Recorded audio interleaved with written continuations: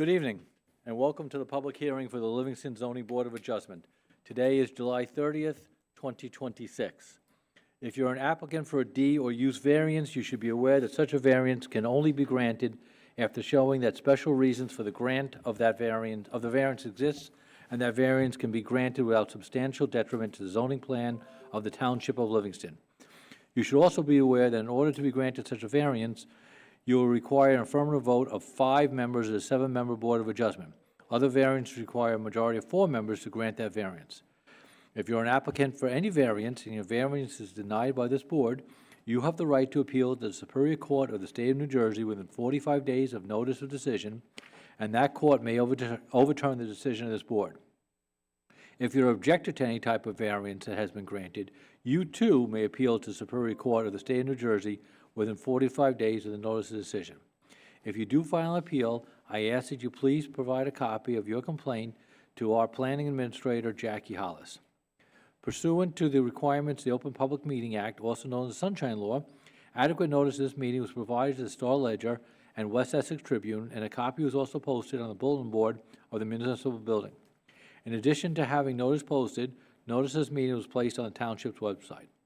Members of the public will have an opportunity to ask questions or to make statements regarding each application at the appropriate time. When the time comes, if you'd like to address the board, please come to the front and use a microphone so we can make sure your comments or questions are part of the record. To the members of the public, I would like to remind everyone that this board exists for the sole purpose of making adjustments to the township zoning rules. The rules are developed and affirmed by the town council.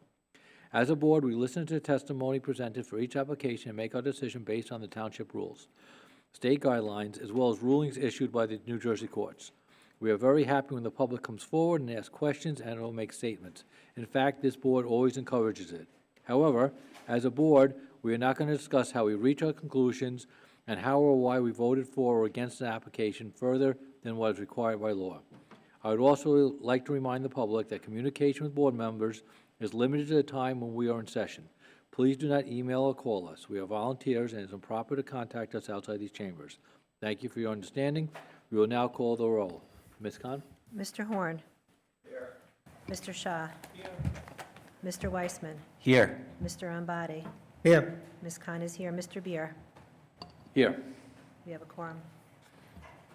Okay, if you are here for 3 Vanderbilt Drive, application 2026-1-V, that has been adjourned to September 22nd, 2026.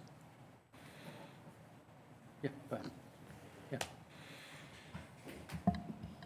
Before we begin, I just want all the applicants to be aware, you can see that the board has 6 voting members tonight. Some of you may have an application which includes relief under what's known as a D variance. We normally have many of these that are under the floor area ratio. That's a D4 variance. In order for that D4 variance to be successful, your application needs 5 affirmative votes of the members. So if there are 6 members sitting, you need 5 of the 6 to approve. And if there's less than 6, if we go down to 5 because of a recusal, you would need all 5 votes in the affirmative. I let everybody know that. Normally, we would have a full complement with alternates available, but unfortunately, due to vacations, we only have the 6 members present tonight. You can choose to proceed forward tonight, but we certainly want you to be aware that there is only 6 members available to vote on your application. Thank you, counsel. Would you like to call the first application? No? You call no. Yeah. Okay, I'll call the application, then I'll recuse. Yep.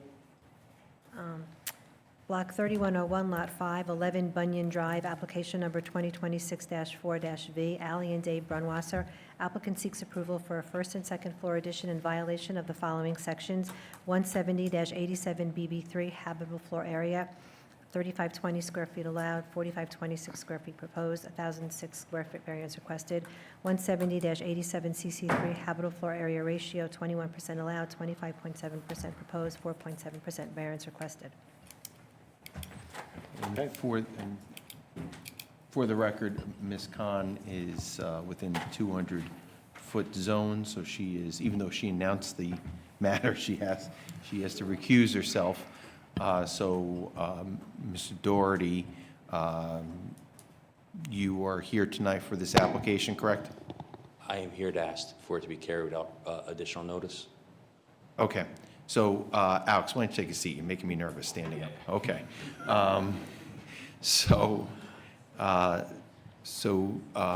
There, as I said before on the record, obviously, we've gone down to now 5 members because of vacations and whatnot.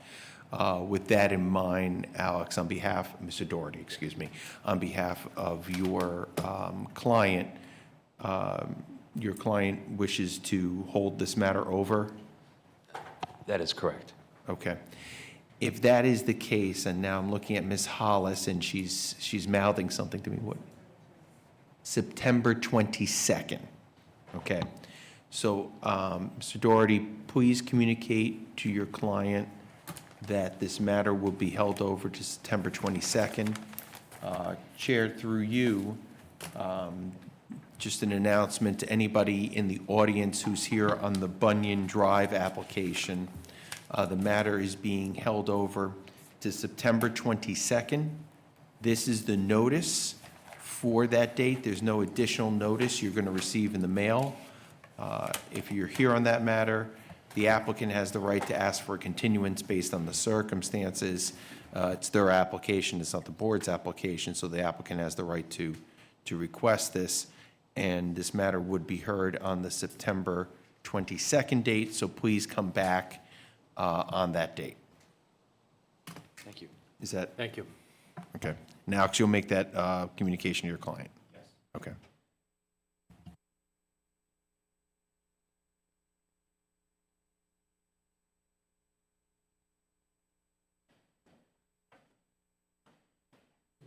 They asked for an extension.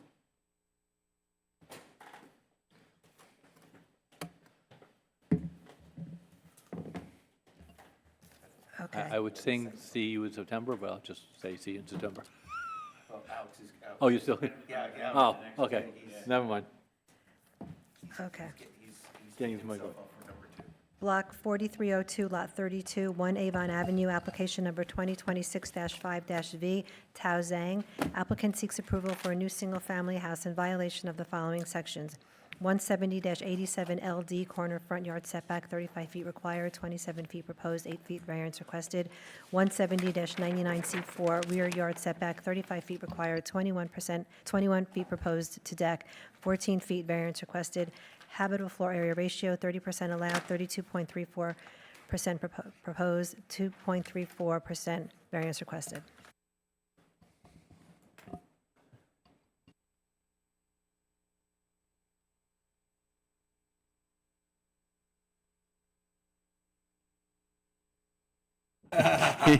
Okay. All right. Is there anybody here on 1 Avon Avenue? Zhang? Yes? Okay. Mr. Doherty was overzealous. Okay. All right, why don't we just make sure you, okay, and just bring the mic close. Okay, and you're,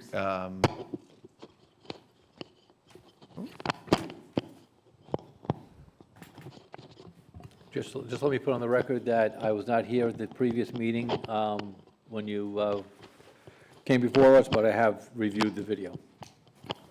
Yes. So the applicant, Tao Zhang, cannot make it today, so I'll be representing him tonight. He already sent the authorization letter to the board yesterday. okay, so. I am we'll- the architect for the and- project. And you're ready to proceed on behalf of the applicant, correct? Yes. Okay, let's get you sworn in. Okay.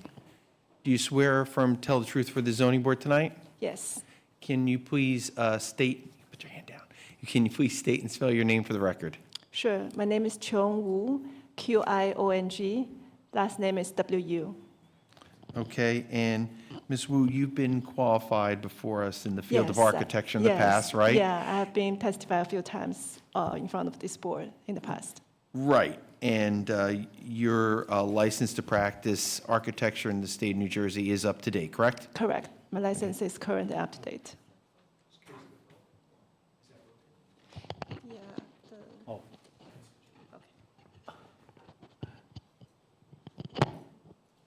Thank you. I blame Doherty, probably. Yeah. He probably Alex probably broke it. One second. while we're getting a new microphone, does anyone on the board have any questions or objections regarding this witness? There being no objections, we can accept her as an expert in architecture.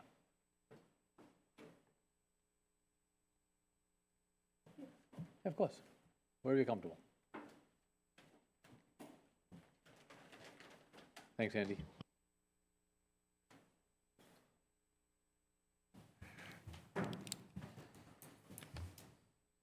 Okay, it's all yours. Yeah, I think he's just got to give her access.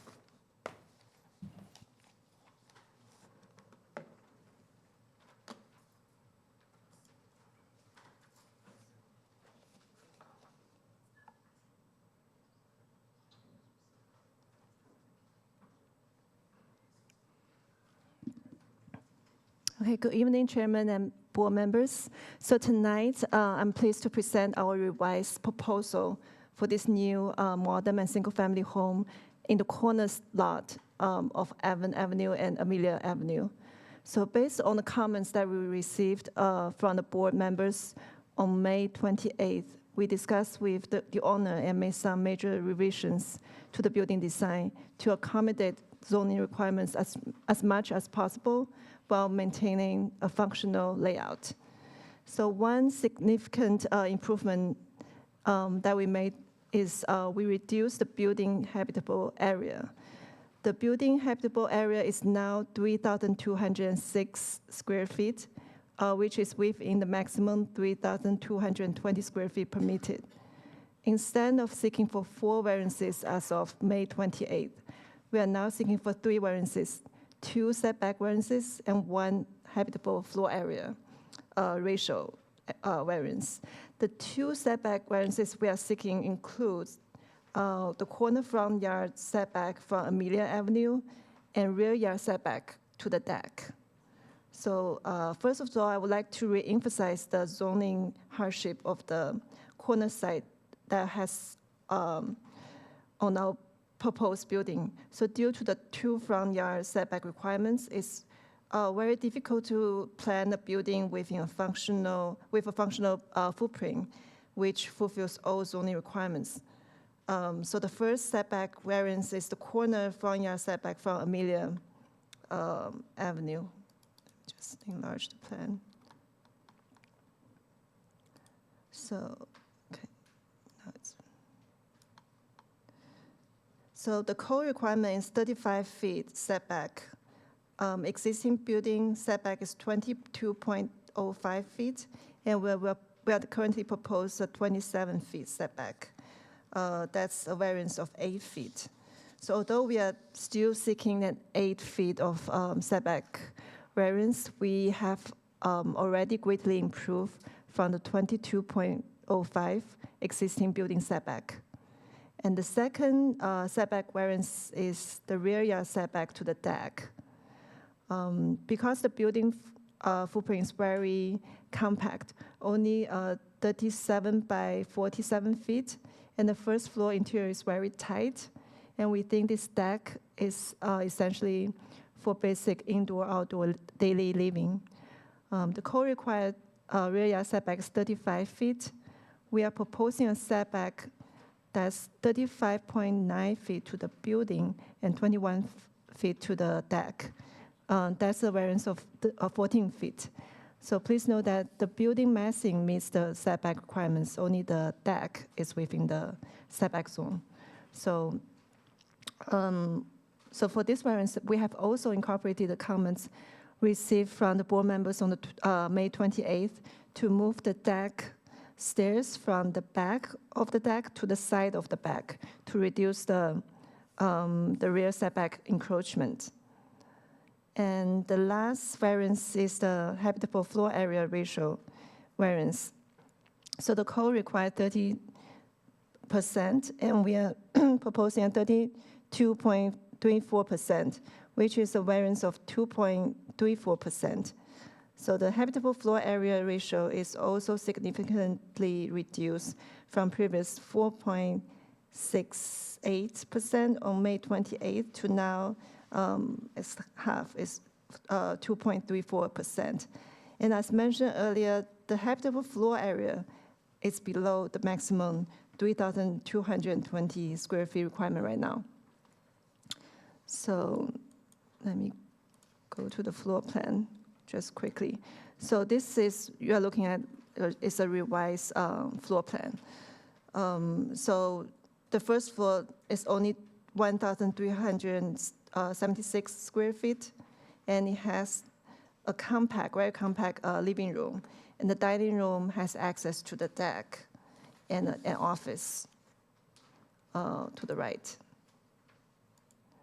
And basement, also a playroom and a bedroom in the basement. And the second floor is now 1,828 square feet, contains 4 bedrooms. That includes 1 master bedroom. So as you can see, the overall building massing is very compact right now. And we think it fits well in neighborhood with the new revisions that we made. And especially compared to the newly built house on 5 Avon Avenue, which is just adjacent to our lot. So we think our proposed building is going to be has a similar building massing to the other building next to us.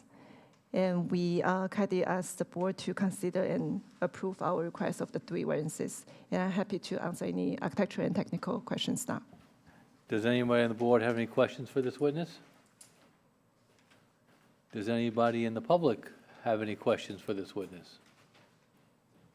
Does anybody in the public want to make any statements regarding this application? Does anybody on the board want to make any statements? No, I just want to say thank you. I appreciate that you took our feedback to heart and made the appropriate changes. So thank you for listening. Thank you. I'll second that. Okay. Do you have any closing statements you want to make, or you're good to go? Yeah, we really appreciate the board approved this design, and we hope to make the city look beautiful and benefit the neighborhood. Thank Okay. you. Does anybody want to make a motion? Go ahead. I'll make a motion to approve. I'll second it.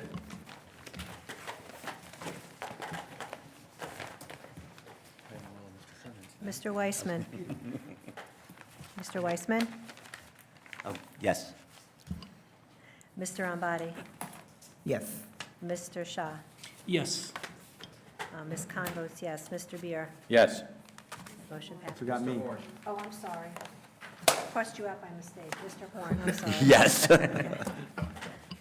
Sorry. Motion's approved. Motion's Thank you so approved. much. Sorry. Yes, thank you. For her for one thing, you get crossed off the list. If you would call the next application, please.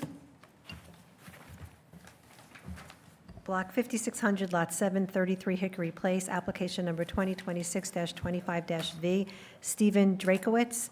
Applicant seeks approval for an addition in violation of the following sections: 170-98C2, front yard setback, 50 feet required, 48.2 proposed, existing, 1.8 feet variance requested; 170-87L1C, corner lot setback, 40 feet required, 32.9 feet proposed, existing, 7.1 feet variance requested; 170-87CC3, habitable floor area ratio, 21% allowed, 23.5% proposed, 2.5% variance requested. Welcome. Good evening, everyone. My name is Matthew Posada, also known as Matlock, which I did Google. Thank you. This is the first time I got to wear the summer suit, guys, all right? I had to do it. So anyway, You look sharp. thank you, thank you. No one says that to me anymore. My mom's not around, so thank you. We are here today for a private homeowner. That private homeowner is a gentleman who has 4 kids. He loves the township of Livingston. They want to stay in Livingston, but in order to do so, they need to expand their home. Originally, when we had come up with the concept that we wanted to move forward with the township of Livingston, after about a handful of iterations, required 4 variances, okay? 2 are existing front yard variances. We also were going to request a habitable floor area and the ratio as well.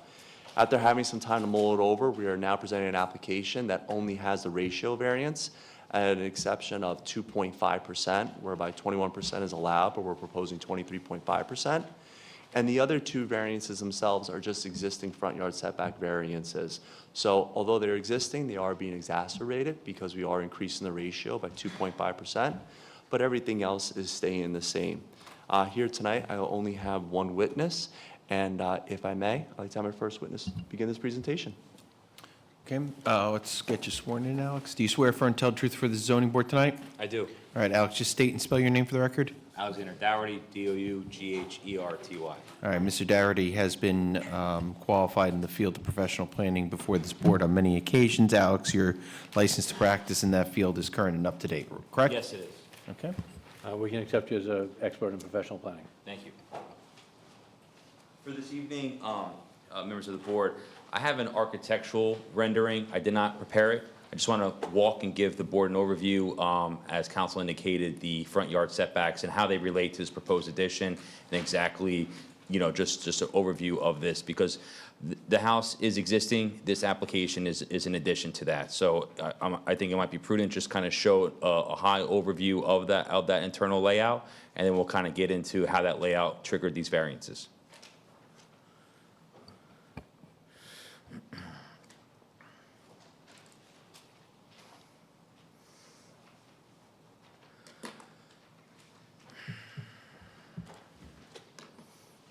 Zoom in a little bit for you guys. So on the screen is the photos of the existing dwelling. Basically what you have here, we're on the corner of Hickory and Langtree Drive, 33 Hickory. This is block 5600, lot 7. Basically, for purposes and orientation of the board, I'm going to zoom in a little bit here. The addition, proposed addition, really is right here over the first floor and the garage, which this is kind of orientated towards the Langtree Drive.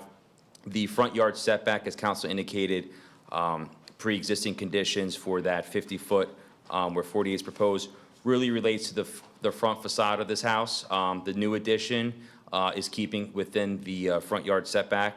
And then we have a corner front yard setback where 40 feet is required under 170-87L1C.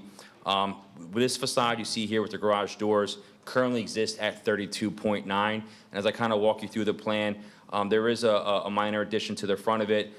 We're not bringing the facade closer to the street, but we are asking the board to look upon favorably of continuing the massing. So, and thus this new addition would be in keeping. So that's that variance here. But those are the 2 elements for the front yard setback. It's a unique property. It's on that corner here. So we have 2 front yards essentially. So overview here of the existing first floor. Again, the garage, the existing second floor, you have your bedrooms, and then you have your basement as well, shown on the plans. The proposed first floor, asking for a small rear addition to kind of expand their living room, and then the second floor really is to kind of make more efficient use of that garage space and build that a primary suite over the garage. Again, we have a growing family, 4 kids and a couple. So the primary existing structure would be the 4 bedrooms for the little ones. So with that, it's kind of the existing elevations, if you will, and then if the board sees favorably, the proposed elevations here, as you can see, they're building above the second floor where my cursor is, and then on the side profile, you'll have that again, that second-story massing here, and over the garage is a proposed deck. That's really the extent of the proposed project, but nonetheless, as council indicated, we do strike some variances. So we have the front yard setback of 50 feet required off of Hickory, 48.2 is proposed, that's existing, that's 1.8 feet. We're not exacerbating that, as I indicated with the addition. That corner lot setback of 40, existing there again is 32.9, and then picking up the front elevation, we are going to pick up a little bit, hopefully. So we are asking the board to allow us to continue that massing of 32.9, which is a 7.1 foot variance request. And then we have the 170-87 CC3 habitable floor area ratio. 21% is allowed, 23.5% is proposed. So it's 2.5 variance.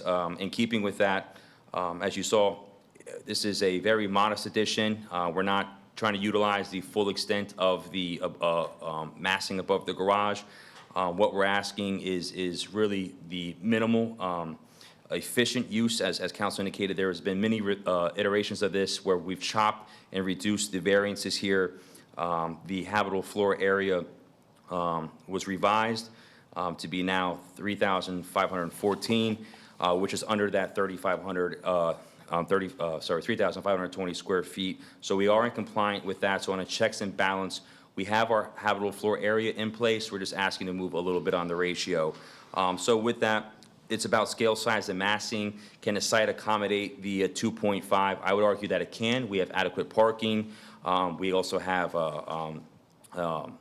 the off-street parking for the garage. We have the adequate water, sewer, utility hookups are all here. There's no substantial detriment to the zone plan, zoning ordinance, or the public good. This is a corner lot from a planning perspective. We want to anchor and accentuate our corners as we can. It's a good township design and layout. To build over that garage, I think really helps us as we kind of wrap around Langtree Drive here with the rest of the scale and massing of the neighborhood. I think it's well designed. With that being said, we can advance purposes A, G, and I of the municipal land use law, I being a desirable visual environment. This will meet all applicable building and fire codes with this addition and give a family an opportunity to stay within the township, a young growing family. With that, the other variances, I think we can, kind of classify them as a C1, a hardship.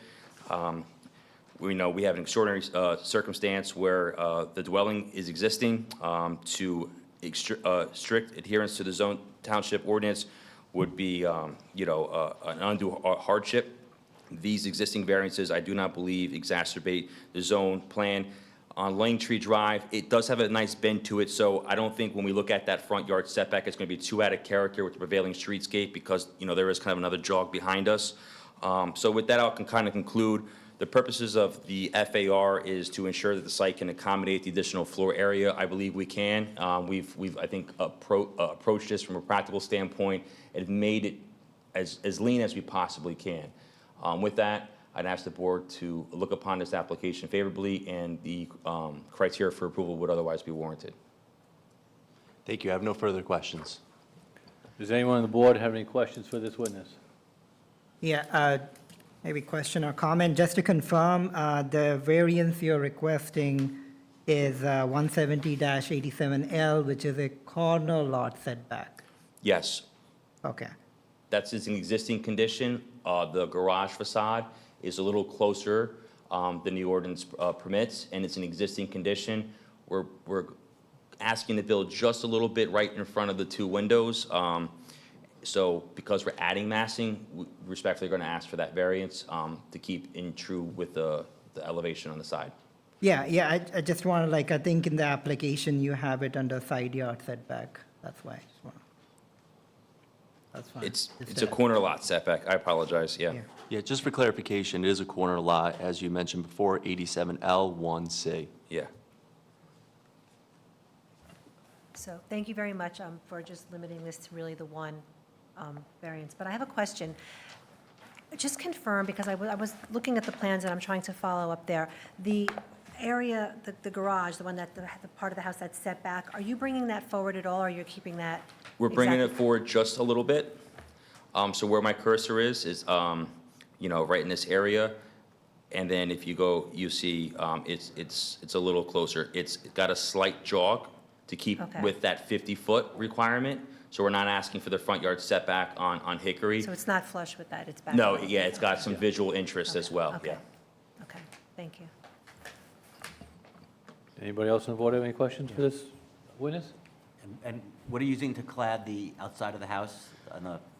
My understanding, it's, I'll zoom in a little bit, it's new shingled, to be determined by a homeowner, cedar shingles. And then on the other side, though, the side that's The close? the side with the garage, Yeah. I don't believe I have anything listed at the moment.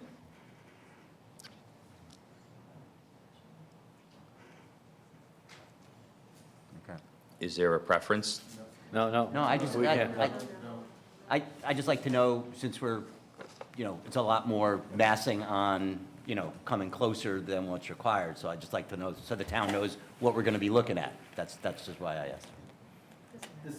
Yeah, siding,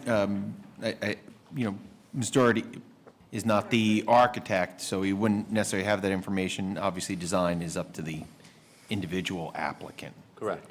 Just not something, We would want something yeah, consistent with the no character of the summer neighborhood. suits. No summer suits on the house, okay? Excuse me? Does anybody else have any questions for this witness?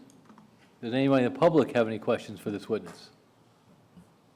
Does anybody in the public want to make any statements regarding this application? Does anybody on the board want to make any statements regarding this application? Does council want to make any closing statements? I waive it. Does anyone on the board want to make a motion? I make a motion to approve. Do I have a second for anybody? I'll second it. Mr. Horn, Yes. Mr. Shah, Yes. Mr. Weissman, Yes. Mr. Ambati, Yes. Ms. Khan votes yes. Mr. Beer, Yes. congratulations. Thank you so much. Thank you.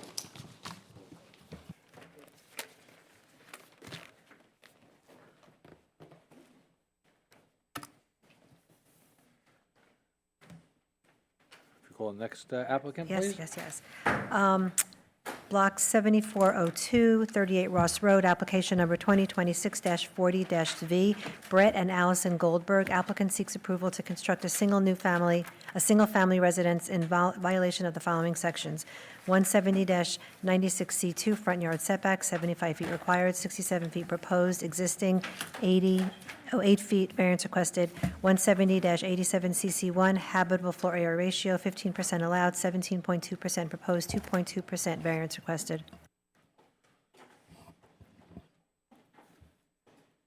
We want you to be comfortable.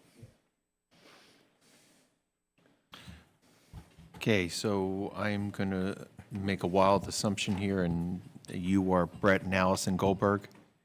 Yes, you just got put on. Thanks, Alex. All right, and you have Mr. Doherty and Mrs. Dubonnet who, to testify on your behalf, correct? Correct. Okay. Are you going to be testifying at all tonight, or are you going to let them do their work? Going to let them do their think work? it'll be them. Okay, all right. Unless they're- yeah. All right, so Mr. Doherty's already been sworn in, he remains sworn in, he's already been qualified in the field of professional planning. He hasn't received any emails in the past 10 minutes, so I'm assuming he's still qualified. And, all right, Mr. Dubonnet, let's get you sworn in. Do you swear firm to tell the truth before the zoning board tonight? Yeah, can you please state and spell your name for the record? Yes, Daniel Dubonnet, Dubinett. All right, Ms. Dubonnet has been qualified in the field of architecture before this board on many occasions. Ms. Dubonnet, your credentials to work in the field of architecture in the state of New Jersey are current up-to-date, correct? They are. Sure. Okay. We can accept you as as an expert in architecture. Thank you very much. Appreciate it. So we are seeking, with this application, two variances. First one is the ratio. We are located in R1 zone, and we have two requirements. One is a maximum of 6,200, and we also have a 15% of the lot. We're seeking 17.2. We're designed it kind of intentionally to stay under the 6,200 square feet, and we're proposing a new home on the site.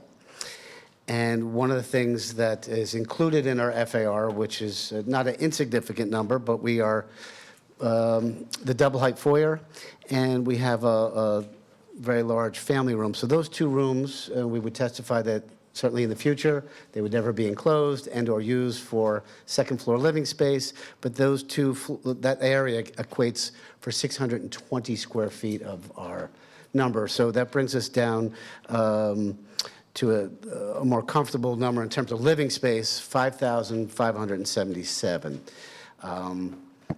That's the ask. Jackie, do we have the color copy of this? No. Can we mark Okay, this do we- as Exhibit A1? Yes. And please You provide can, to Ms. Hollis at the end. Thank you. And I apologize, but I thought it was a nice idea. This is the first floor that you're seeing here. So what I indicated in pink is the area of FAR that is being counted twice. And again, if it's something we would absolutely like to do, is to testify and put on record that we would never go for permits to increase the second floor, so in terms of living space. The attic is also something that we are not accessing other than a pull-down staircase, so there'll be no future ask in the future for additional living space there. And of course, we would love a three-car garage, and I think it's about 284 square feet to have that counts towards our FAR. Yeah, it's very interesting. I mean, I could show you the second floor, but it's I guess for what could be, it's a very modest footprint. It's 3 children's bedrooms with bathrooms and the master. So it kind of felt, because they're designing this home for their family and there's no expectation of moving anytime soon, this is their dream, to have the high foyer and the high family room. And so, of course, we get into asking for FAR. The second part of this application is asking for a front yard setback of 8 feet. And I'd like to show you why we'd like to ask for that. It was something, obviously, it was a site that they bought, and after studying the topography of the site, and let me take you to the site plan. There's a really pretty nice curve to the property, a very, very, very steep elevation. It's about a 15-foot level change from the street to where the house is going to sit. So what happens is, and the backyard also has some significantly steep slopes. One of the things that they fell in love with the property, which I think is great to maintain, and we'd like to put that on record, and I indicated here on the site plan, if you could see it in this color, there's an existing retaining wall that we'd like to keep, and then everything beyond the retaining wall, we don't want to touch. So it kind of left us with a smaller area for the backyard, but we felt it would be great for the neighbors, both in the rear and adjacent neighbors, if we maintain the hill and all the significant trees that sit on the hill. And so with working with siting the house, it's a very small portion of the garage that violates the curvature, and I don't know if you could consider that a hardship, but you know, here we in the top left, let me zoom in a little bit more. Top left, the bulk of the house is way beyond the setback line, and the garage, one story, comes forward, and I indicated that with this pink shape. 20 feet back from the edge of the garage is our second floor, and so we obviously would maintain as much as we can flat area in the back and then not disturb, and we would testify that as a result of seeking approval that we would not redo the retaining wall, wipe out the backyard. I mean, and so we actually got a letter. We spoke to the neighbors. They liked our concept. They felt that it was a better alternative than conforming to maintain the backyard. And I have a Google Earth image I'd like to show. I think it's on Mr. your Duvenet, plans. before we Yeah. get off of this one, this is another color version. Is this the one that has been provided to the board? I saw you had a red line. on No, that. that's going to be part of this A1 exhibit. Okay, it's all part of A1? Yes. Okay, go ahead, I'm sorry. And now you have on your plans, although I don't know how the quality of the print came out, but there's a Google Earth image. And what's very interesting about the ask is normally we try to make a streetscape, and that's why we have a front yard setback, and it looks very nice when everybody's in line and there's a certain fabric to the neighborhood. But because of the curvature of the road, the topography of the setting, and all the other homes that are very, very maturely landscaped, it's very hard to perceive the alignment of the home. So I felt like it wouldn't cause any negative impact to the neighbors or neighborhood by allowing the garage that's slightly askewed to come forward. And if I may, if this helps our case, I'd like to show you the last image on your sheet. Oh, let me go back a step. I saw a little diagram here. Small, interesting fact, but when we measure front yard setbacks, we do not take into account the topography of the land. So we're looking down and we're going 70 feet back, but if we were to measure from the property line up to the house because of the angle, that's a triangle, we get slightly better. So it's not great, but let's say we're asking for 67. I did the mathematical calculation. It comes out to about almost 69 feet.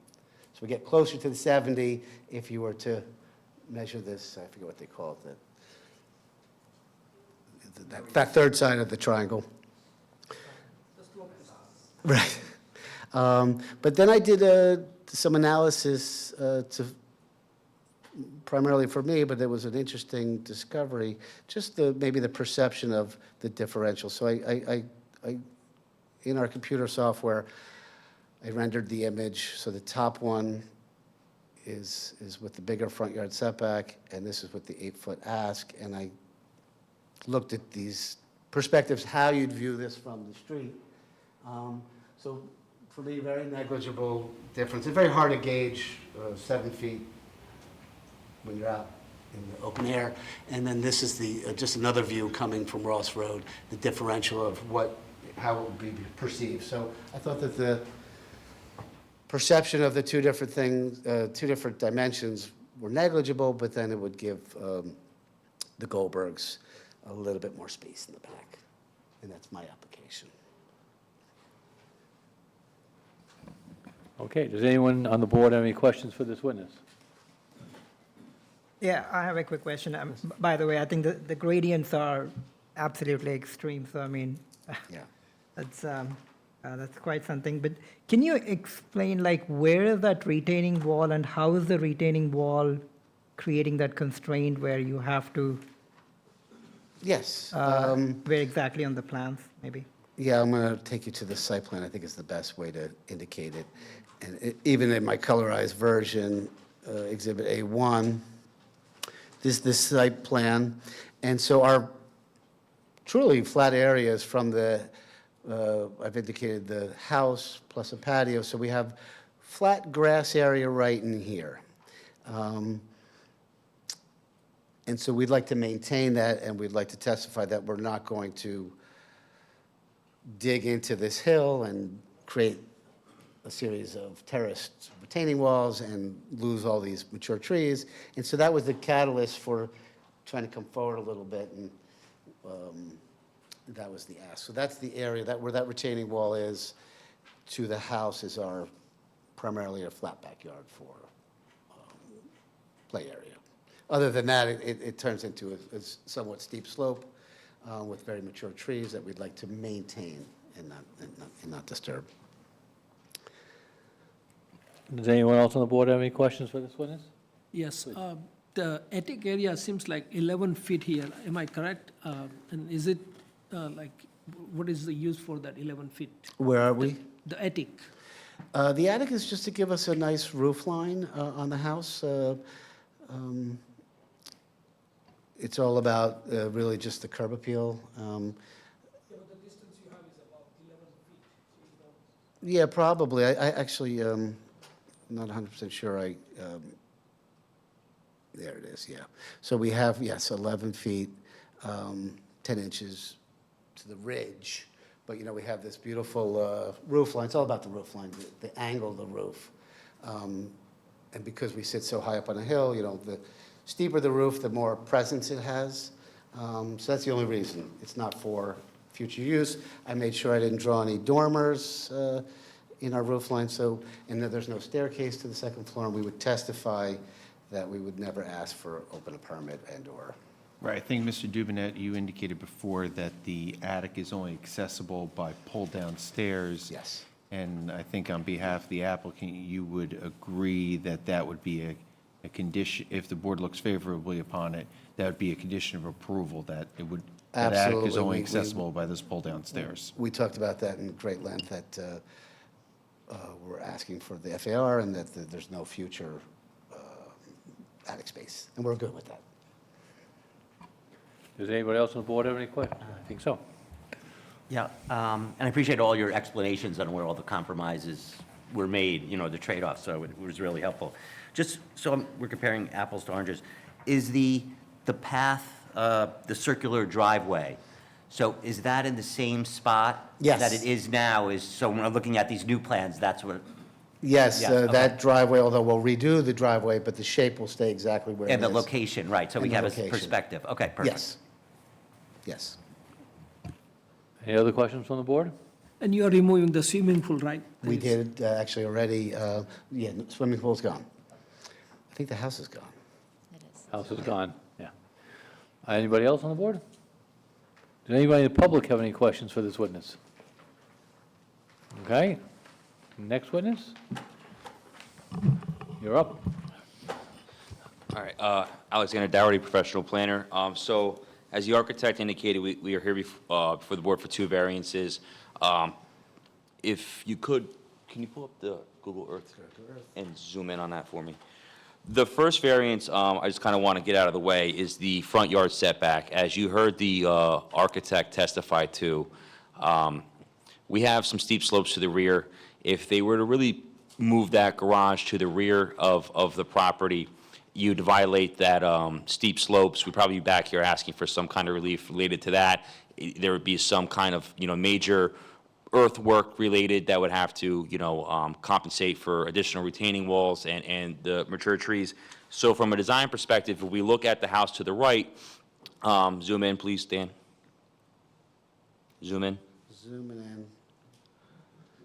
That corner of that house and the way it's angled, kind of, offset, our front corner of our garage is pretty much going to be right in line with that existing neighbor's corner. So right, I know it's on a curve, but we kind of pick up on that front elevation. And as the architect indicated, this is the only portion of the massing of this house that is asking for the front yard setback of 8 feet, a delta of 8 feet, 67 feet where the zone requires the 75. The rest of that house is within compliance of that 75.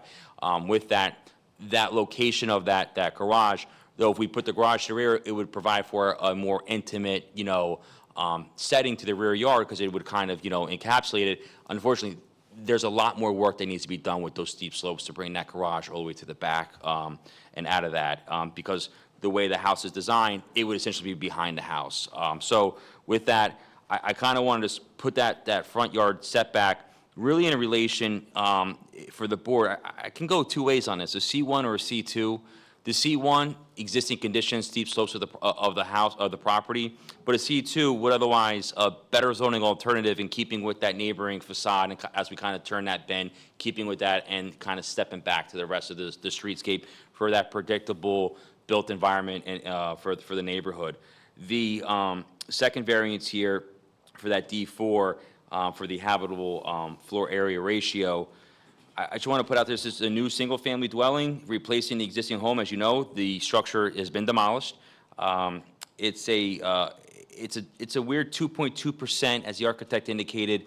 The internal programming is there's a double floor foyer area, so that second portion of that floor is taking up a large volume of that 2.2%. Really just an interior programming of that. With that being said, I think what's important to note is we are within the habitable floor area of the zone. So on a balance, it's exactly on scale as the zone plan indicates and prefers for habitable floor area. The ratio relates to that really unique interior programming of the site. That being said, the D4, the site can accommodate. Essentially, we're demolishing an older structure, replacing it in kind with better enhancements and styling. With that, we can advance purposes A, G, and I. New dwelling constructed to modern building codes and standards. G for sufficient space in appropriate locations. Again, a permitted residential use. I for desirable visual environment. Again, that's C1 or C2 for better zoning alternative, or the hardship relating to those steep slopes to the rear. On balance, as the architect testified to, the property is unique. It's got about a 15-foot uphill to it. The building footprint. This is going to have really great curb appeal, really a positive investment to the site, a positive investment to the neighborhood here. I think this is right on par with the design elements. With the roof, there's no dormers. There is only pull down. We can now have accessible attic space where our HVAC systems are in there, where you can walk up there, store things in there. It's not habitable. There's no windows. It's a pull down. This is all about the curb appeal to the neighborhood, to the site. It's not just a positive investment here, but it's a positive investment to the Livingston Township. This is a third-generation family that likes to remain within Livingston. And as the architect indicated, though I know it may not be admissible, we do have a letter of support from our neighboring neighbors. So with that, I want to conclude. There is no substantial detriment to the zone plan. The 2.2 is interior design element to this, and the front yard setback is a very small portion, and I think it helps to overall tie that neighborhood together and keep that property in those mature trees. That'll conclude. The criteria has been met, and I would respectfully ask approval be warranted. Thank you. Does anyone on the board have any questions for this witness? Does anybody in the public have any questions for this witness? Does anyone in the public want to make any statements regarding this application? I assume you have any closing statements you want to make, or you're good? No, thank you very much for your time. Okay. Does the board want to make any statements, or anyone make a motion? I'll make a motion to approve, subject to the condition of the attic only be accessible via pull downstairs. I'm taking notes today. I'm stepping up. I will second that. Mr. Horn, Yes. Mr. Weissman, Yes. Mr. Shaw, Yes. Mr. Ambati, Yes. Ms. Khan votes yes. Mr. Beer, Yes. congratulations. Congratulations. Thank you.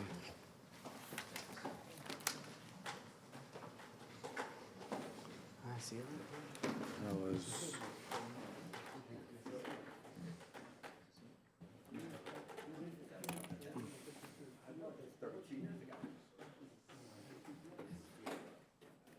Boys.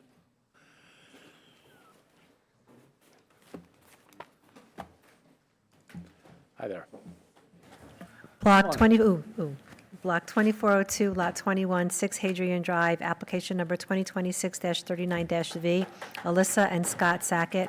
Applicant seeks approval for a covered deck in violation of the following sections: 170-96.3 side yard setback, 15 feet required, 13.4 feet proposed, 1.6 feet variance requested.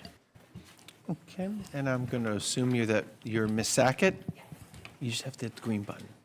Yes, Okay, and Mr. Dubinet is going to be presenting on your behalf? correct. Okay, and we're going to let him do his thing, as we say, right? Sounds good. Okay. Perfect, Mr. Dubinet is already, for the record, he's already been sworn in and qualified in the field of architecture. And why don't, Chair? We can accept them again as an expert in architecture, and please, Thank you Tell very us what you much. This application, we are seeking one variance, side yard setback. And we would like to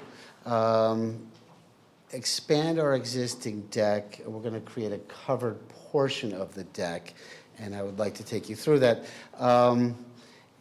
It's 100%, this variance is 100% a function of the odd-shaped lot, the existing orientation of the house on the lot, and if it's acceptable, I did study the significant distance from our house to the neighbor's house, significant mature trees, and so I don't see any negative impact to it, but let me just explain to you what it is that we're trying to do. This is the survey of the property. So the imaginary line, the 15-foot setback line comes across. The existing deck must have been sensitive to not asking for a variance and to make it conform. So they did this very funny, not arbitrary, but it looks arbitrary when you're there. But obviously, the slice to the existing deck is a function of trying not to ask for permission. However, when we decided to update, renovate our deck, it creates a very odd living space. And let me take you to the floor plan and maybe explain why we're asking for that shape to straighten it out, which requires, I think it's 1.6-foot violation, so very small. It's a little, actually, let me zoom in on it. It's a little sliver of what we propose to be in violation. And the reason we felt so strongly about coming tonight to ask is,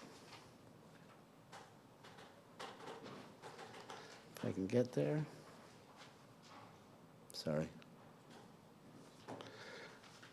I'm never good at navigating this.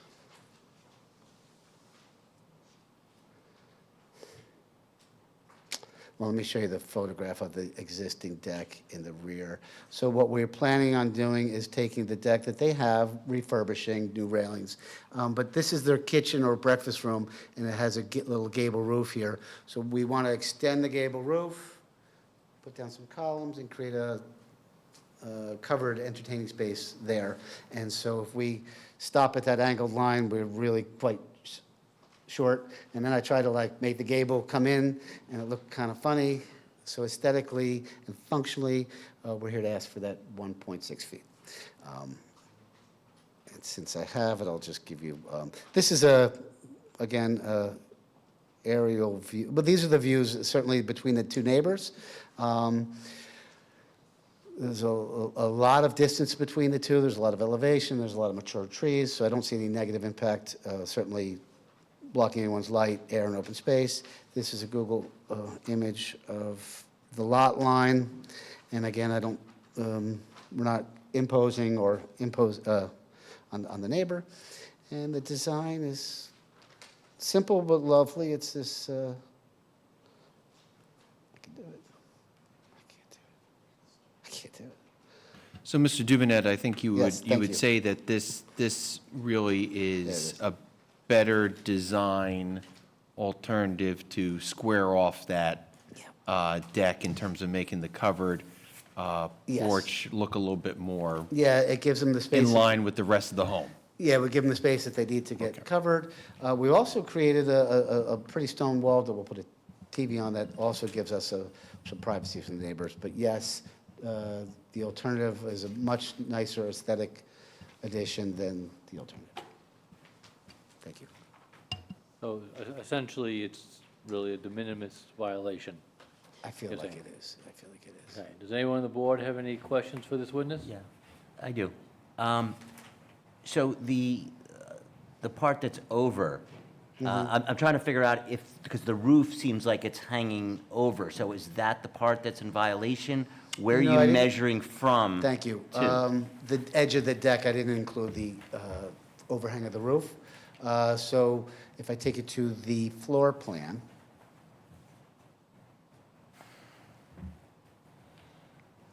If I take it to the floor plan. Okay.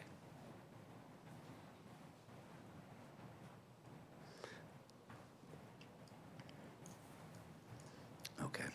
The red diagonal line that cuts through the portion of our proposed is at the deck line and column line. So to your point, yeah, there'll be an overhang of the roof. Yeah. That is further Okay, past. so like if we, how far is the setback if we include the, It's a 1 foot overhang, so you would then be Oh. at 2.5 feet. However, I don't think we count It overhangs. doesn't really count, though. You don't No, count the unless they're overhang? 3 Right. feet or something significant. from the structure? Okay. Right, it's just a structure. Are there- It's part of the that eave is part of the overall design Yes. aesthetic. Yes. Does anyone on the board have any other questions for this witness? Does anyone in the public have any questions for this witness? Does anyone in the public want to make a statement? Does anybody on the board want to make a statement? Does anybody on the board want to make a motion? I'll make a motion to approve. I'll second it. Mr. Horn, Yes. Mr. Shaw, Yes. Mr. Weissman, Yes. Mr. Ambati, Yes. Ms. Khan votes yes. Mr. Beer, Yes. congratulations. Good luck. Thank you very much.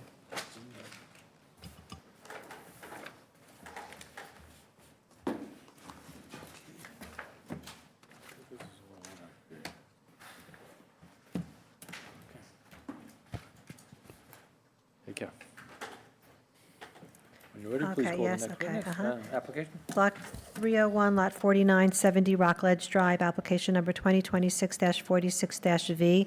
John and Beth Schachtel. Applicant seeks approval for a front and side yard addition in violation of the following sections: 170-97C2, front yard setback, 60 feet required, 54 feet proposed, 6 feet variance requested. 170-87CC2, habitable floor area, 18% allowed, 19.36 proposed, 1.36 variance requested. Welcome.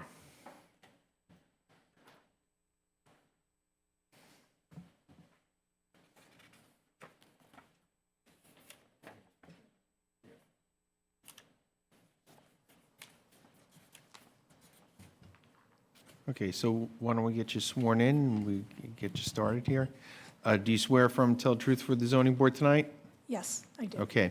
Can you please do us the favor of stating and spelling your name for the record? My name is Lisa Walzer, and it's Lisa, and then Walz, like zebra, ER. Okay. And Ms. Walzer, you're testifying on behalf of the applicant tonight, correct? Correct, And you're going to be qualified in the field of architecture? correct. Okay, I made a good guess. Okay, so Ms. Walzer, let me just get your qualification for, in the field of architecture. Can you tell us briefly your education and qualification as an architect in the state of New Jersey? Yes, by the way, I have testified before this board, but Oh. I am I'm licensed in New Jersey and New York. I've been licensed since something like 1984, I believe. I have a degree in architecture from Syracuse University, and I've done a lot of work locally. And you testified before this board and other boards in the past, correct? Correct. And your license to practice architecture in the field of New Jersey is current and up to date, right? Correct. Chair? Does anyone on the board have any questions or objections regarding this witness? There being no objections, we can accept you as an expert in architecture. Okay. Let's see.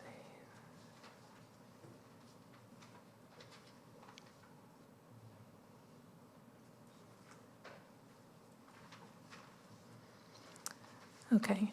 My clients are away, but they sent a letter that they asked me to read to you, but I think in the interest of time, I'll just summarize. The Schachtels have been in their home since 1994. They love the community. They've been very active. They raised 2 kids in their house. They're 65-year-old retirees, and now they are raising their grandson. He goes to the Harrison School. They've both been coaches of soccer teams for 10-plus years for their kids, and now they're doing it for the grandson. They're very active in the community. As people that are of that age know, their family is growing. So the kids that they've raised in the neighborhood are now having children of their own, and they can no longer fit their family in their house. So they came to me. They'd really like to stay in the house, but they would just like some living space where they all could be in the same room at the same time. And the house, although it doesn't seem as particularly small, there's not really like a nice sized living space. There's no place that the family could eat together or, just hang out together. So that's when they called me in.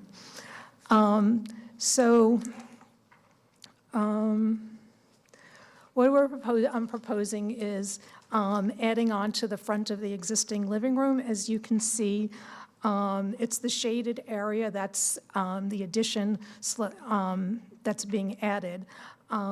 There's like a hatch, there's two different hatches, and most of it fits within the existing allowed buildable area. There's just a small area in the front where we're asked, that's going to fall, that we'll need a front yard setback variance for. The required setback there is 60 feet, but we'll have 54 in what we've proposed. It's also going to require an FAR variance, which is actually pretty small. It's 1.36%. It doesn't go over the allowed area, it just goes over the allowed percentage. The reason for citing the house over there is that there's a, well, first, it works,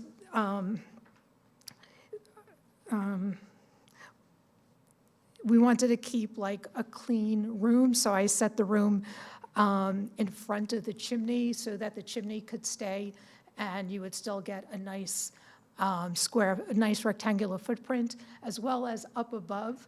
We're able to get a 2-story space because by removing just a little bit of storage space, it doesn't block any windows or anything over there. If you were to situate the addition in another area like the back of the house, we ran into problems. One, there's bedrooms across the back on the second floor, so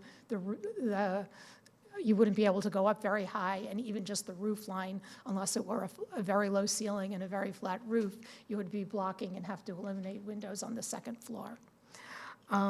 The other thing is obviously the existing layout. We weren't trying to redo their kitchen or anything like that, so the existing dining room is, has the right adjacency. But even bigger than all of that is that they've done some work in the past before I knew them, and they found there's a lot of rock in the back. And they actually sent me a bunch of pictures, which I can share with the board if you're interested in seeing them. I did, so I don't, no? Okay, so, and they wrote me a letter to explain the whole situation. So I don't know if you'd like to hear the letter either, but they went through I'll just kind of sum it up, I guess. So I guess the first thing they did, first they built a primary bedroom on the second floor because the house didn't really have any. And so when they did that, they ran into a lot of rock and et cetera. And then later on, they put a small pool in their backyard. And again, the 2 times they ran into like a lot of rock. They couldn't use normal, they had to do a lot of jackhammering. They were recommended not to build in the back again. They said, as I said, they sent me like pictures. I brought 4, but they sent like 10. They walked the property, and you can see in the backyard that there's rock at the surface. I don't know if this is, they say that's probably why it's called Rockledge Road. I'm not an expert on the history of Livingston, but it makes sense. If you look in the front, it doesn't, obviously we don't know what's underground, but it doesn't have that appearance at all. It doesn't look like it's, you don't see rock in the front, you just see rock all over the back. So I think that's a hardship with the property, the fact that it's all rock in the back. The existing house, the front works with the layout. You don't have to, some of the existing living room will incorporate into the new living room, so you don't have to build quite as much if you put the addition in the front, so it keeps it a little bit smaller. So those are, I guess, the main reasons we wouldn't, and also we wouldn't have to lose windows on the second floor by putting it in the front, because the front of the house, the way the original house is designed, that's just going to come in front of existing storage. And we looked at this as also an opportunity to enhance the front of the house. So let me see if I can show you that. Let's see.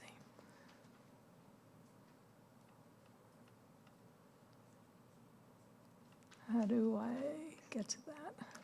I'm sorry, but how do I get to the other, go back to the menu? Oh, just close that and then I'll see. Okay, got it. Thank you. That was helpful. Site plan.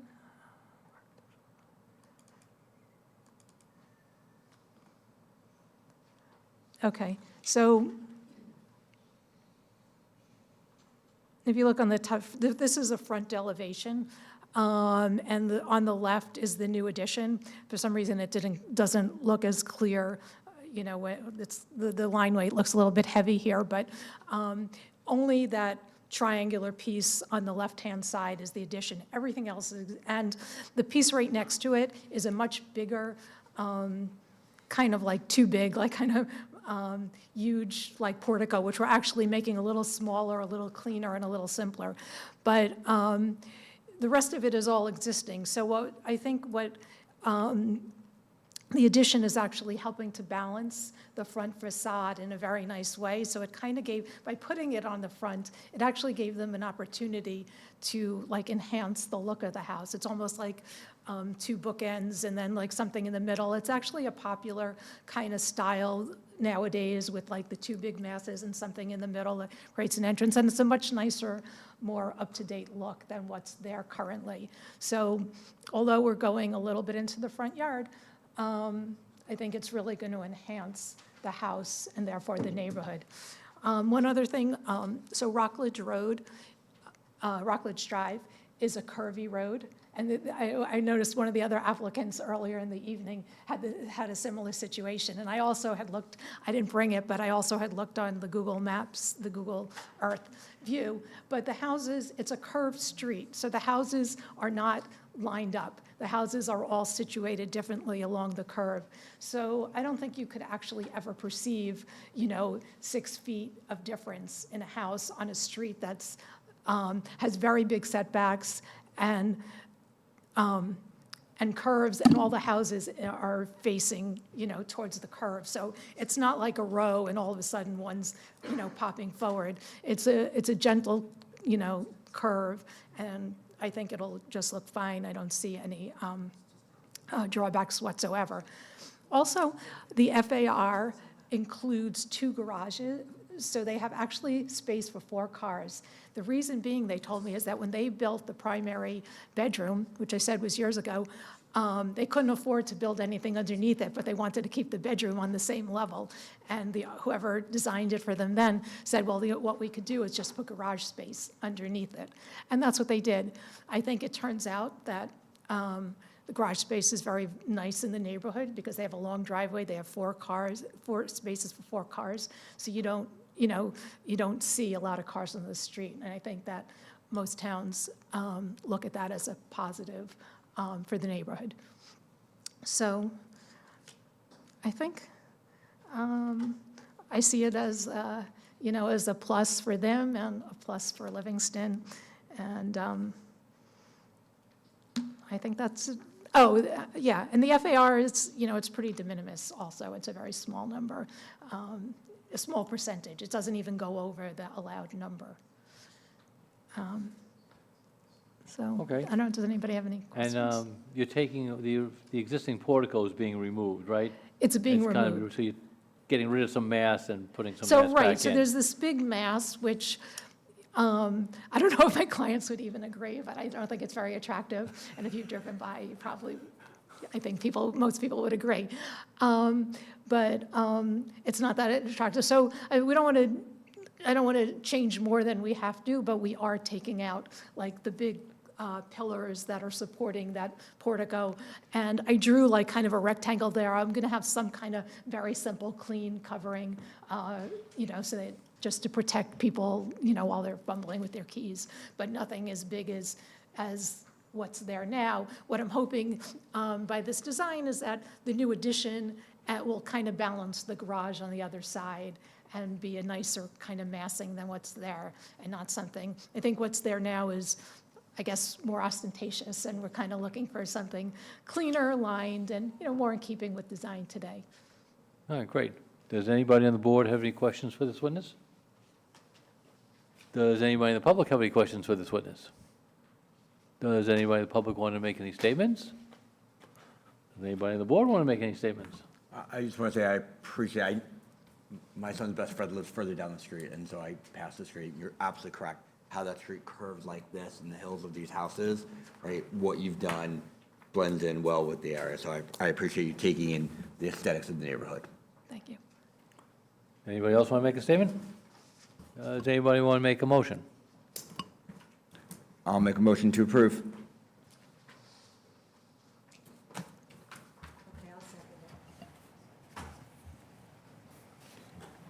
Okay, Mr. Horn. Yes. Ms. Khan votes yes.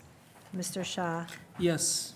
Mr. Weissman. Yes. Mr. Ambati. Yes. And Mr. Beer. Yes. Okay, Thank you. thank you. You're welcome.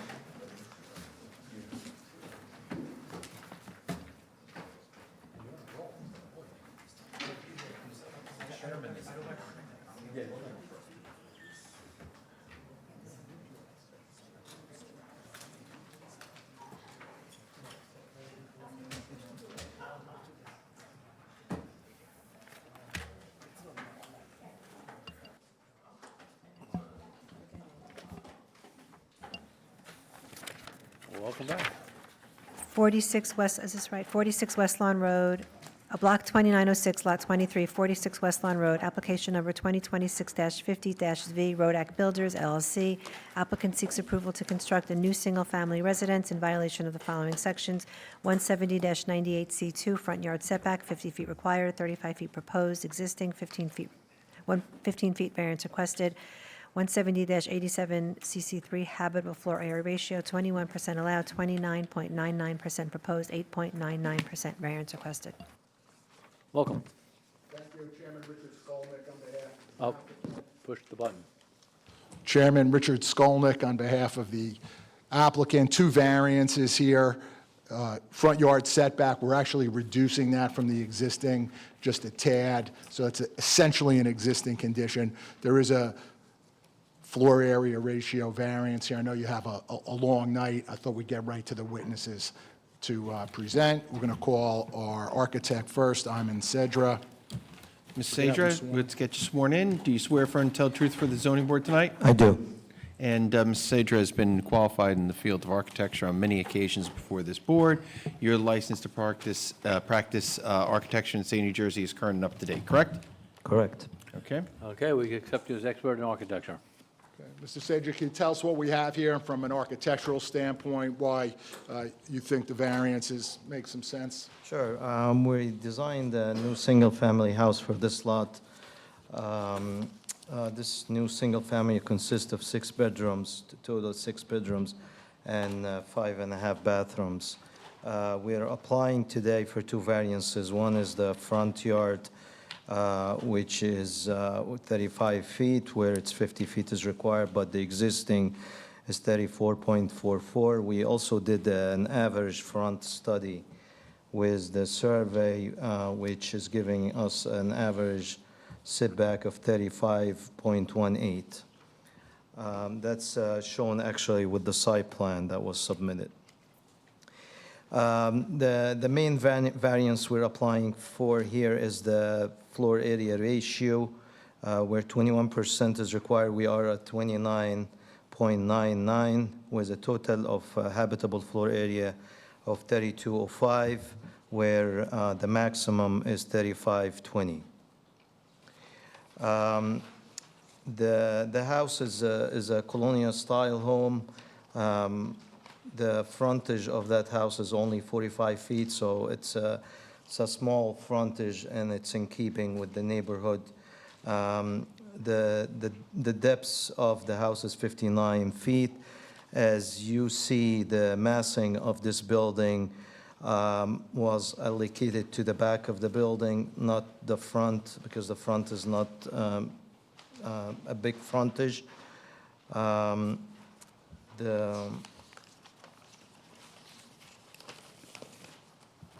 The attic it just will be unfinished attic, accessible only with a pull-down stair from the second floor. And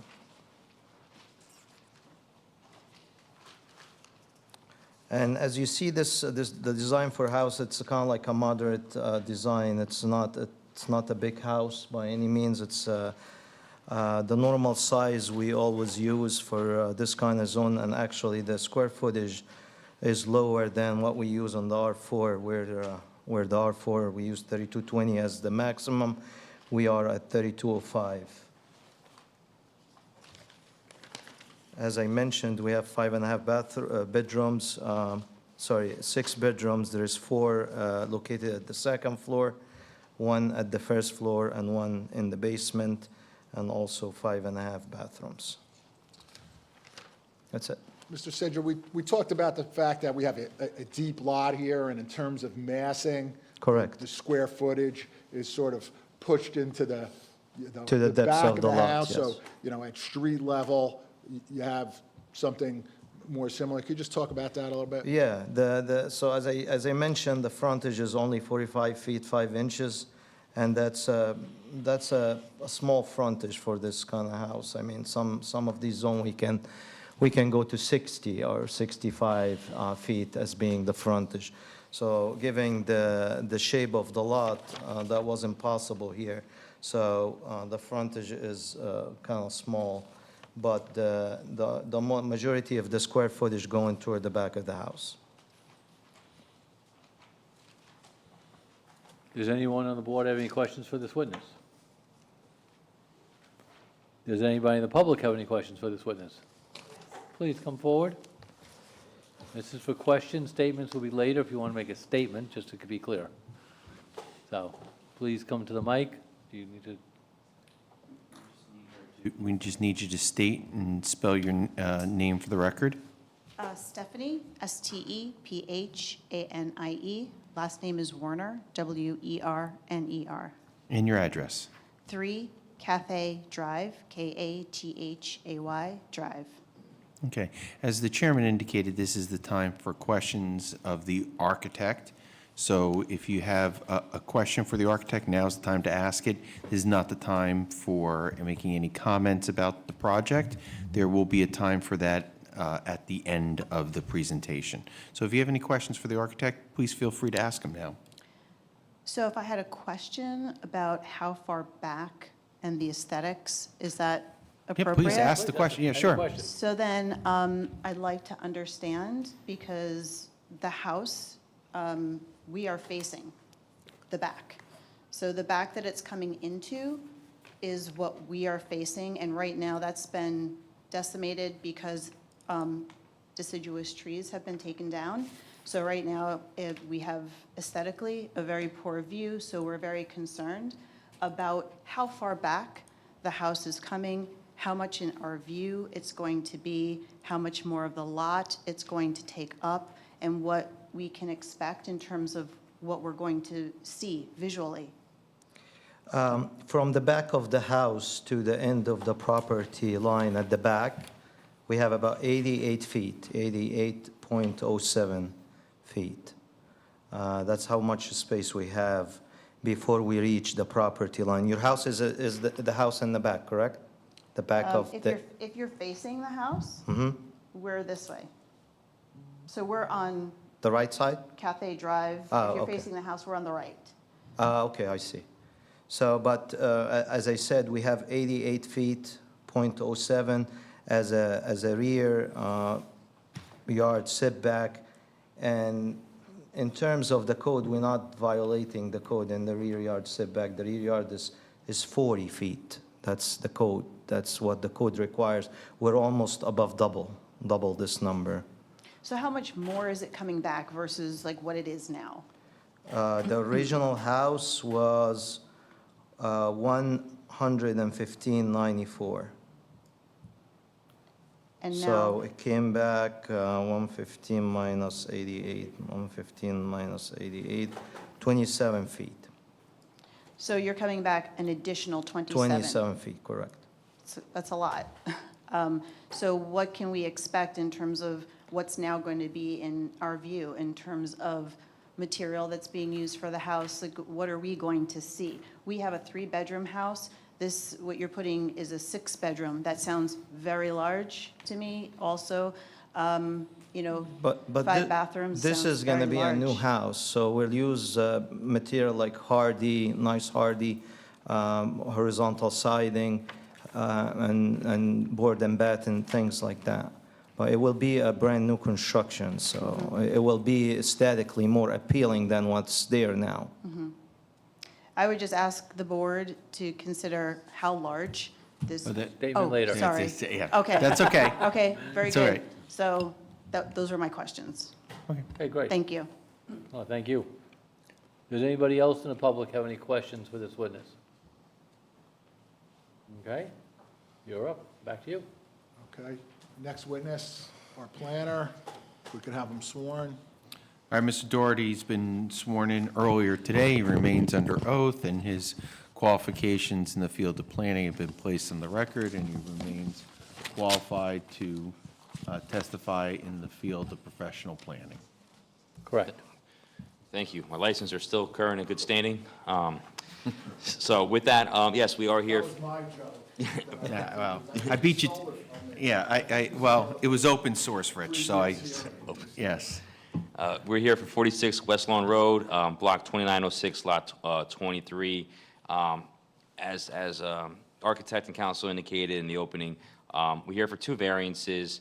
The front yard setback, 170-98C2, 50 feet required. We're proposing a new construction home at 35 feet. I think it's important to note when we look at historically that lot, the existing home, the prior home, was set at 34.44. So we're trying to put the building footprint where it has historically been within the neighborhood per the survey that was taken. And as the architect indicated, there was an attempt to kind of get the front yard in line with the neighborhood, and they've looked at it and studied that. But we are nonetheless asking for that 15-foot variance because this would otherwise be a new construction home. But I think it's important to note that the prior house was also approximately at the same location. And we are here for that habitable floor area ratio, 170/87 CC3, per the township's code. We're asking for the board to look favorably upon a delta of 8.99%. When I look at this application, and I think the architect really hit it on the head here, the lot, as far as the house and the way it's positioned on it, we do not have any side yard setbacks. We are in conforming with that R3 zone. We are asking, for FAR, but I think it's important to note this is an undersized lot. This is 10,686 square feet. 15,000 square feet is required for the R3 zone. And on balance, the proposed dwelling is 3,205 square feet, which is under the permitted 3,520 when we look at that habitable floor area, when we talk about the interior programming of the dwellings. So substantially under the habitable floor area. But when I look at this percentage here, it may seem like it's a lot. When I run my calculations, if I had that 15,000 square feet of lot area, we would be asking for a 0.36%. Now, I say that, I understand that we don't have that lot area and we have to be sensible.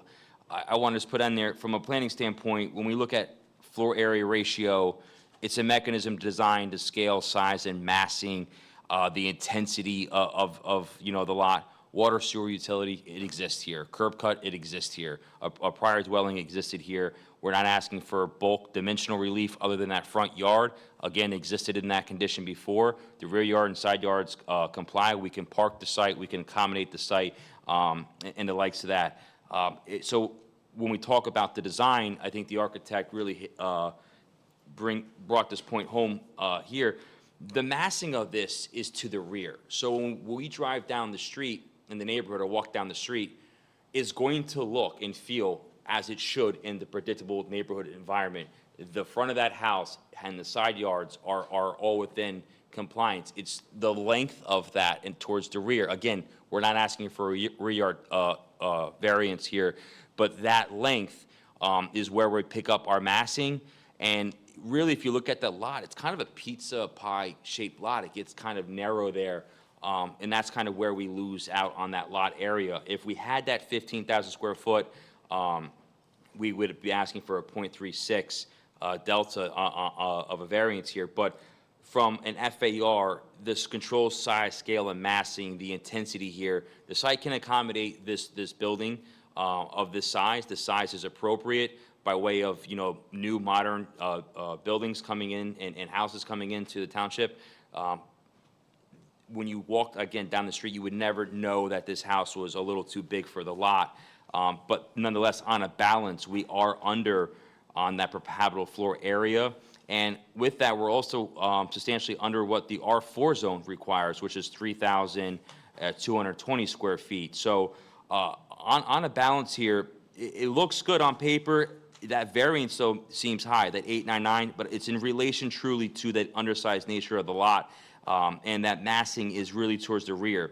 That front yard setback, from a planning standpoint, I think it makes perfect sense to put it where the prior home used to be, and keep that prevailing front yard setback. So when we look at this, this application, and this brings a brand-new home here with best engineering practices, the dry wells, the stormwater management, everything that would otherwise need to be accommodating a newer, larger home on this dwelling. The size of the dwelling, as I said before, I think is pretty consistent with the build-out of the township of newer homes coming online. I believe that habitable floor area ratio can be granted as the site can accommodate the proposed dwelling, meeting all side and rear yard setback requirements. The front yard, again, aligns with the neighboring dwellings. We have adequate off-street parking. We have that new stormwater management dry well that would be required. I do not believe there's going to be substantial detriment to the zone plan, a zoning ordinance, or to the public good. And again, that front yard setback, I believe, can be granted under that C2 for a better zoning alternative and keeping that prevailing streetscape. All of that would otherwise advance purpose of the municipal land use law, purpose A, G, and I, particularly a desirable visual environment for that front yard setback. And with that, I'll conclude. I believe the criteria would be met and approval would be warranted. And, I really just want to hone in again. This number, 8.9, really does relate to that lot area of 10,686 square feet. But on portion in the public realm, the house is right on cue with the bulk standards of the R3 zone. I'll conclude. Thank you. Does anyone on the board have any questions for this witness? Does anybody in the public have any questions for this witness? Come on up. Yeah, my name is, Yeah. my name is Mark Warner. Okay. So I live with my wife in the house that's on lot 21. And it seems to me like that 6 bedrooms is way out of scale with that street. Okay, so wait, I gotta give Oh, you, yeah. a It's question, I'm sorry. Yeah, it's Okay, question I time. do have a question, actually. Yes, okay, great. So where, like you say, there's adequate parking, but like 6 bedrooms, I have 3 bedrooms. When I had kids in my house, there was nowhere to put cars. And that street, it seems to me, is very busy, so there's really nowhere to put cars on the street. So how much space do you have for cars for 6 bedrooms? I think it's important to note, one of the 6 bedrooms is a guest bedroom on the first floor. It's not necessarily a permanent, I would call it more of a flex space. Your in-laws are coming, holidays, you need office space in that regards, but we are labeling and classifying it as a bedroom. I think for the initial intent, it's a first floor bedroom, as really a flex space, a guest room. Sometimes they use it as an office as well. Yeah, it just seems out of scale. I'll make my statement in a second, so I'll be back. Right, so to paraphrase your question, sir, your question is, can the site with the proposed new home, can the site accommodate parking sufficient to what the home is being proposed? Yeah, well, like, And that's the question to Mr. Doherty. So it has a 2-car garage and then the driveway, so we can put 2 in the garage and then an additional 2 in there. So we'll have the 4, parking on site, which is what would be otherwise required. because like when you drive down West Lawn, it's a lot of times if there's somebody parked on one side, it's like 1 car at a time coming down the street. So there's very little room. Like if you can't fit all your cars in there, it's going to be, tough. But that's a statement. I'll come back. Thanks. Thank you. Does anybody else have a question? Come on up. You guys can sit up front if you want. Yeah, or you can get Or your you get steps in. Yeah, steps in, right. State my name again. Just for the record, ma'am. Okay, Stephanie Warner. My question is, how many stories, how much taller is this structure going to be than what currently exists? And how much of our, aesthetically, how much of our view will now be blocked because you're coming so far back? Well, we meet the requirement of the building height where the code requires 35 feet. We are at 34.49. And the structure is considered two-story building. So it's not going to be taller than the current Um, structure? Let me see what's the current. It's a 1.5-story today. It's 1.5 story, yes, today. So it will be a little bit taller than what's there now. But again, we are in conformance with the code. We're not applying for any building height variance or even more than two-story building. So we conform to the codes, the zoning codes of Livingston. Okay. Any other Thank you. questions? No. Okay. Okay. Any other, we're going with the public, any other? Any other questions from the public? I think I had a question, I don't remember what it was. 1 second, bear with me a second. Sure. I thought there was something I wanted to ask.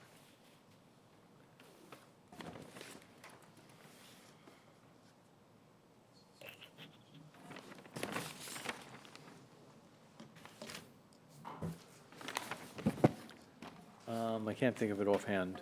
Do you have a question? So I want to thank the Warners for coming out tonight. Thank you so much for your comments. We always appreciate it when residents come out and, we get a chance to hear what you have to say. So thank you very much.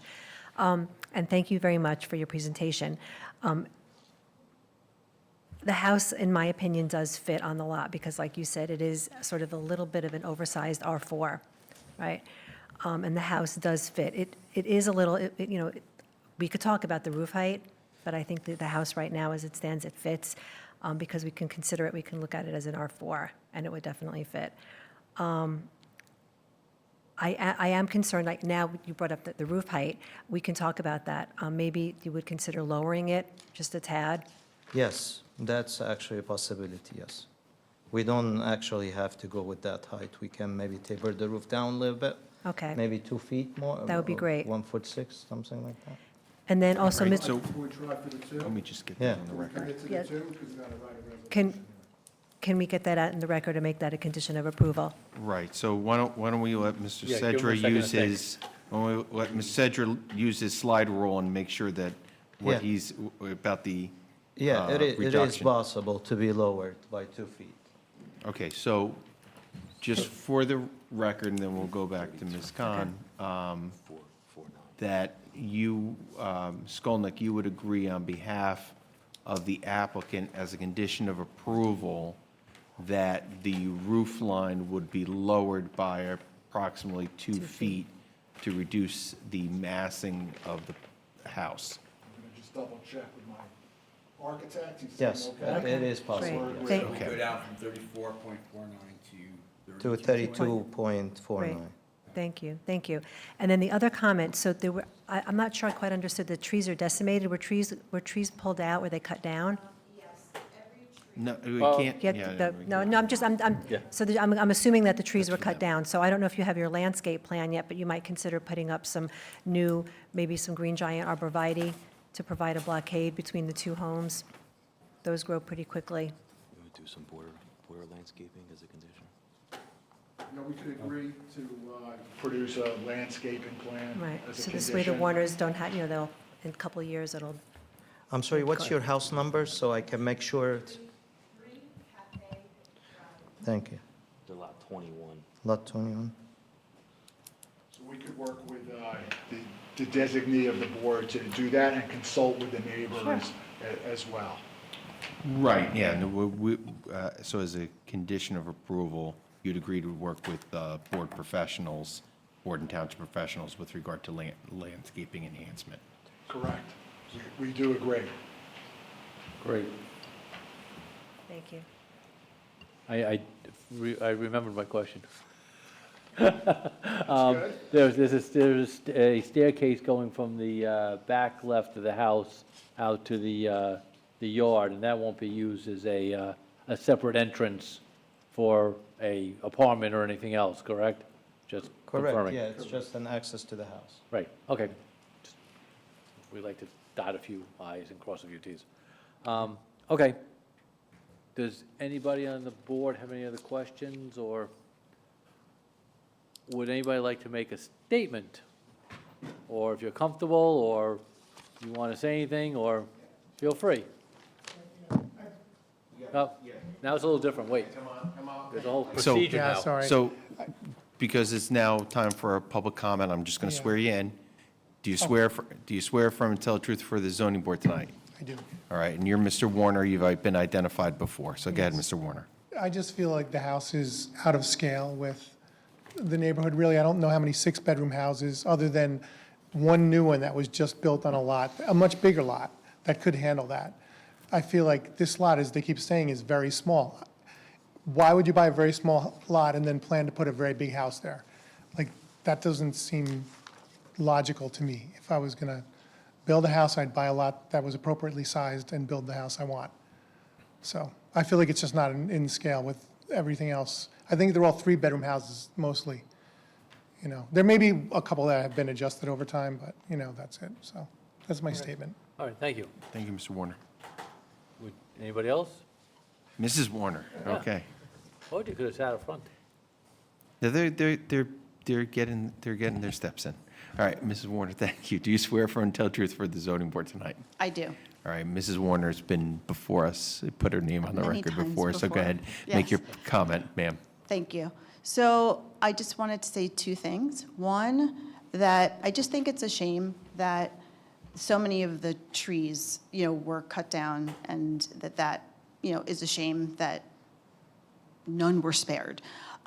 That said, I do thank you and appreciate this partnership or consultation on whatever new landscaping is going to be in, because I do think that, that would be great to have some replacements and not just the arborvitaes that get eaten by the deer. Like something that would maybe like some, giants maybe not, but not arborvitaes. I think that they do. I don't know if they're the same thing. I'm not a tree expert, but I just think it would be very welcome to have landscaping that helps to reinvigorate. So I wanted to say that I think that's a positive. Yeah. Right, and I think that, It's a fair request. Thank you. and I think that Mr. Skolnick, from his many, many, many years of doing this, didn't say how old he was, but from the many years Mr. Skolnick has done this, I think he will certainly take your comments back to his client and advise them in terms of how they're going to proceed forward. I appreciate that. Thank you. I'm going to give you my card so that Oh, you can mail me. sorry. Okay, No. Mr. Thank you. Skolnick loves talking to people, so thank you, Ms. Warner. Thank you. Yeah, I think so. Does anybody else have any statements they'd like to make? Mr. Skolnick, any close? Anybody like to make a motion? I'll make a motion to approve. With the, Oh, yeah. Somebody that's subject to the conditions of, wow, you're very good. You are taking nice notes. That applicant will consider a landscape enhancement. There won't be a separate entrance for a separate unit. The roof height will be reduced by 2 feet. Revised plans will be provided in accordance with that. Do you agree with that, Mr. Embody? Can we say the landscaping plan will be in consultation with the Right, yeah, the neighbor? landscaping Okay. plan. To affirmatively do it, Right, not consider. Yes, Right. thank you. Appreciate that. Affirmatively do it, Yeah. in consultation. Okay, Right. yep, approved. We're going to repeat the conditions. So the conditions are no separate entrance for a separate unit. The roof height will be reduced by 2 feet, and revised plans will be provided in accordance. And the landscaping plan will be done in coordination with township officials to provide enhanced landscaping to neighboring properties. In consultation with the owner of. No, We will take that. yes, the applicant. Right. Correct. You know, while the township can provide guidance, you're providing the coordination. Fair enough. And, you know, everybody can call Mr. Skolnick. That's not one of the conditions of approval. You agree with that, Mr. Ambati? I do. Yeah, I'd like to second, and when I second, I'd like to say that I do appreciate the comments of the neighbors, and these are tough decisions. So that's why I wanted to say, I don't want, the fact that I am seconding this, and probably some of the other board members as well, it's not to dismiss your concerns, because they are real, and it's a balance of weighing, and I think it is appropriate that it gets approved, even though I realize it's not, perhaps might not be the best circumstances for you, but I still think it's appropriate for this property to be improved in this way and for us to approve it. So that's why I'm seconding this motion. Okay, Mr. Ambati? Yes. Mr. Weissman? Yes. Mr. Horn? Yes. Mr. Shah? Yes. Ms. Khan votes yes. Mr. Beer? Yes, Okay. excellent. Chairman, I'm still Richard Skolnick, representing the I have to call the applicant. application. Oh, I'm sorry. It's okay. Such a hurry. You have a lot, I know. I know we're on a roll. Trying to make it I'll easy be- for looked to me. I'll He be looked to fast. me. I'll be really fast. Okay. Block 4204, Lot 2, 3 Spalding Drive, application number 2026-53-V, Rodak Builders. Applicant seeks approval to construct a single new family residence in violation of the following sections: 170-99C2, front yard setback, 40 feet required, 35.08 feet proposed, 4.92 feet variance requested, 170-87CC4, habitable floor area ratio, 30% allowed, 35.99% proposed, 5.99% variance requested. Richard Skolnick on behalf of the applicant. I'm going to call our architect, Iman Sedra, if we could have him sworn. All right, Mr. Sedra has been already sworn in. He remains under oath, and his qualifications in the field of architecture have been set forth on the record. Okay, can you tell us what we have here, sir? And Sure. you're pointing Yeah, at them. so this is a new single-family house. We have 6 bedrooms, 5.5 bathrooms in this house. We are applying for 2 variances. One is the front yard, which is we not exceeding the existing front yard of the existing house, where the existing house is 34.31. We are at 35.08, which we're a little bit better than the existing house. The variance, the main variance here is the floor area ratio, where 30% is required. We're asking for 35.99, with a total of 3,014 square feet, 3,014 square feet, where the maximum for the habitable floor area is 3,220, so we under the maximum square footage. This is a colonial-style home where we have the attic is only accessible from the second floor by a pull-down stair. And we have a hip roof where there's no windows up on the attic plane. We have 4 bedrooms at the second floor, 1 guest bedroom / office at the first floor, and 1 bedroom at the basement.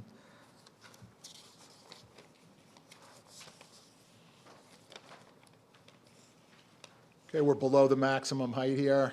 We're under the maximum height. We Okay. are, the maximum is 35 feet. We are at 33.99 feet. Okay, and we have a dry well proposed here Correct. as well.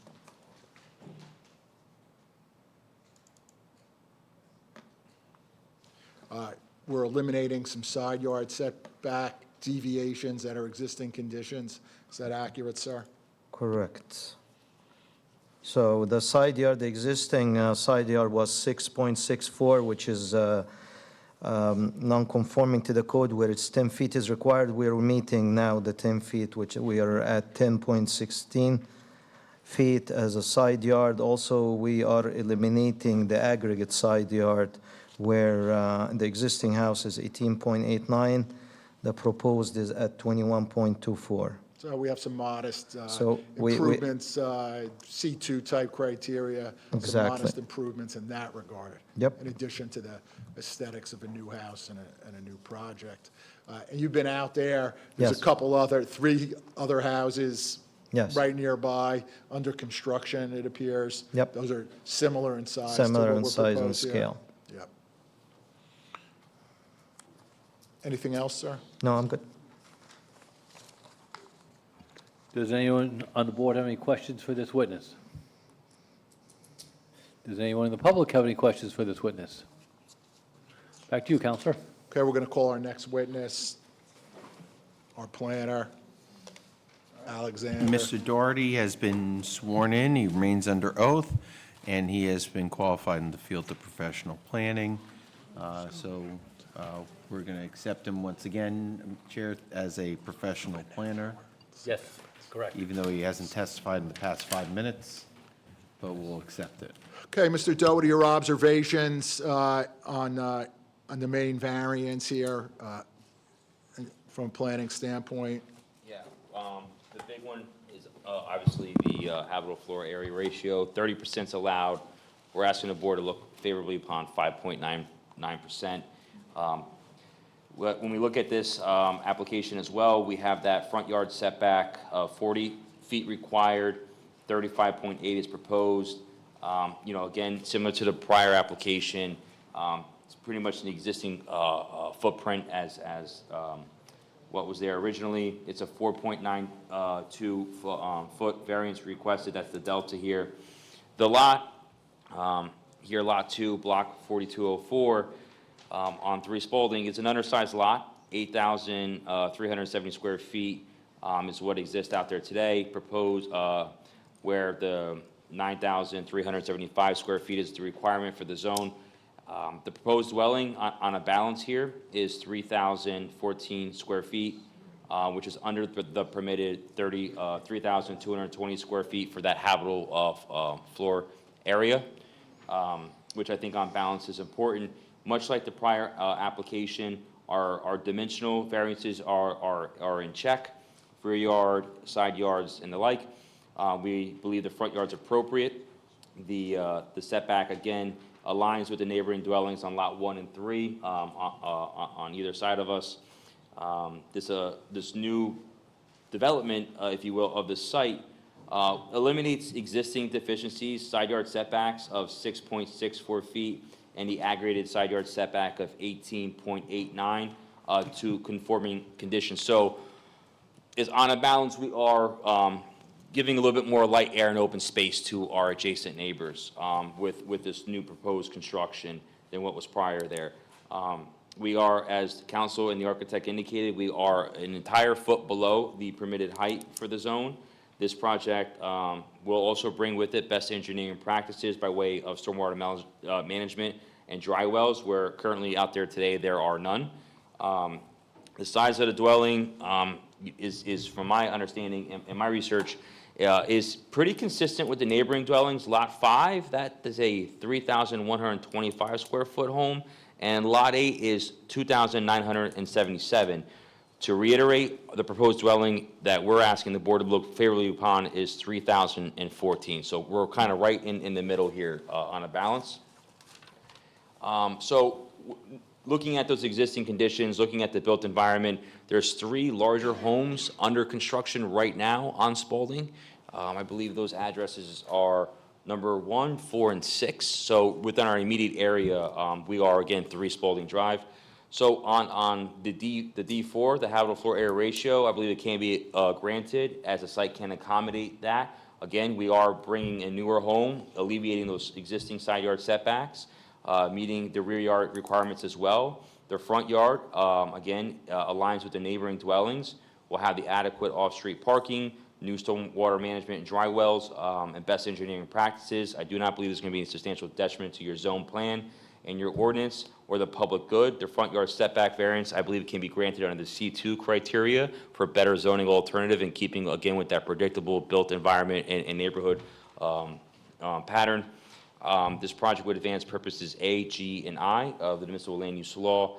And with that, I'll conclude. The FAR, I believe, again, is when we look at it from a planning perspective, can the site accommodate this? I believe we can, and I believe on scale, we're right in line with Spalding Avenue and the development patterns on Spalding. So with that, I'll conclude, and I apologize, Spalding Drive. Thank you. Does anyone on the board have any questions for this witness? Does anybody in the public have any questions for this witness? Does anybody in the public want to make any statements regarding this application? Anybody on the board want to make any statements regarding this application? Does council want to add anything to this? I'll waive my summation. Great, thank you, sir. Does anybody want to make a motion?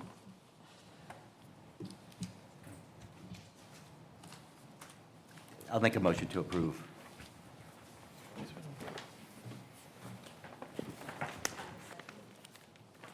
Okay, I'll second it. Mr. Weissman? Yes. Ms. Khan votes yes. Mr. Horn? Yes. Mr. Shah? Yes. Mr. Ambati? Yes. And Mr. Beer? Yes. Thank you for your time, we appreciate it. Thank you. Thank you.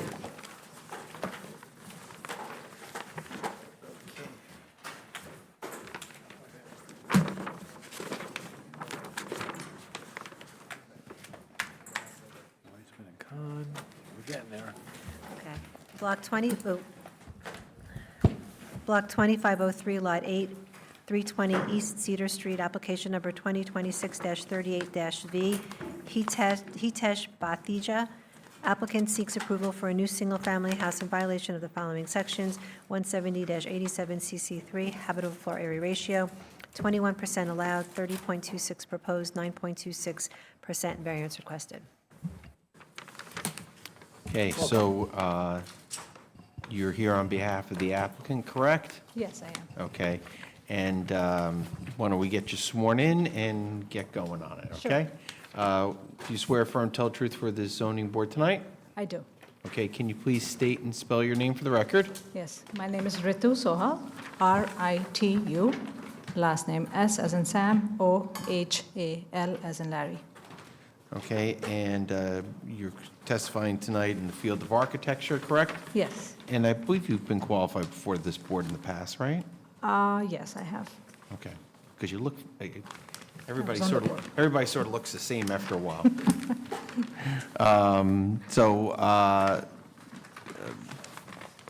Yes, right.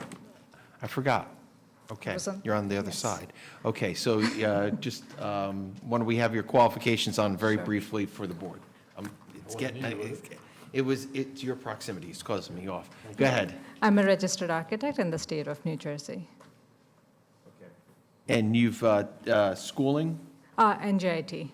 okay, and you've testified before other boards in the past? I have, yes. Okay, Chair? Does anyone have any questions or objections regarding this witness? There being no objections, the witness is accepted as an expert in architecture. Floor is yours. Okay.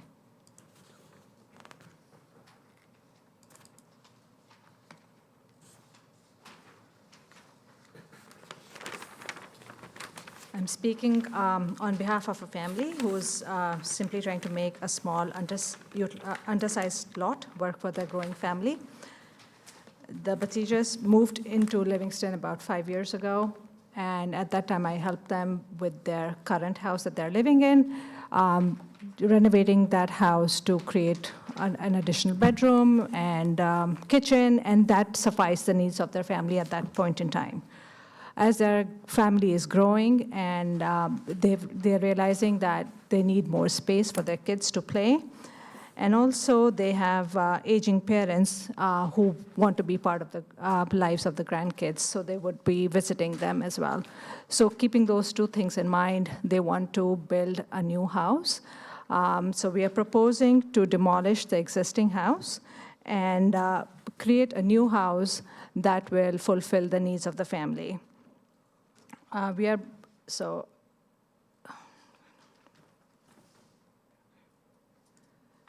so if you look at the footprint of the new house, it's set back slightly further back than the current house is. And left to right, it has approximately the same width as the current house. We're just taking the lot deeper, the house deeper to create the new plan. We conform with all the requirements of the zone R3, except for the habitable floor area ratio. And the difference is we have an undersized lot where a 15,000 square feet lot is required. The existing lot is only 11,627 feet. The lot also slopes down significantly in the back. So we are limited with that variance also, with that hardship as well, and how far we can go back. If I'm looking at the floor plan, it's a simple floor plan with the front foyer, living room, dining, family room, kitchen, and a bedroom for the parents. The second floor has 2 rooms for their 2 kids, a master bedroom suite, and an office, which, you know, we work from home nowadays. So the office is, again, part of the planning here. On the ground floor, we have an additional guest room for occasional guests in case both sets of parents are visiting, and a game room and a walkout basement. Like I mentioned, the site slopes considerably, so we were able to create an exit out on the side.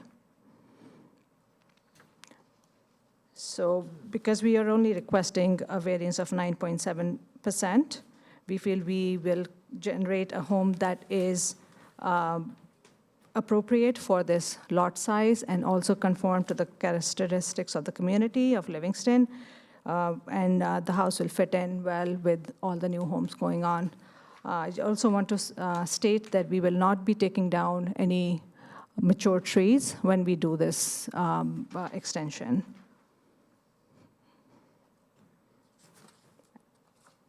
In case their lot was 15,000 square feet, I would be only requesting a variance of 2.5%.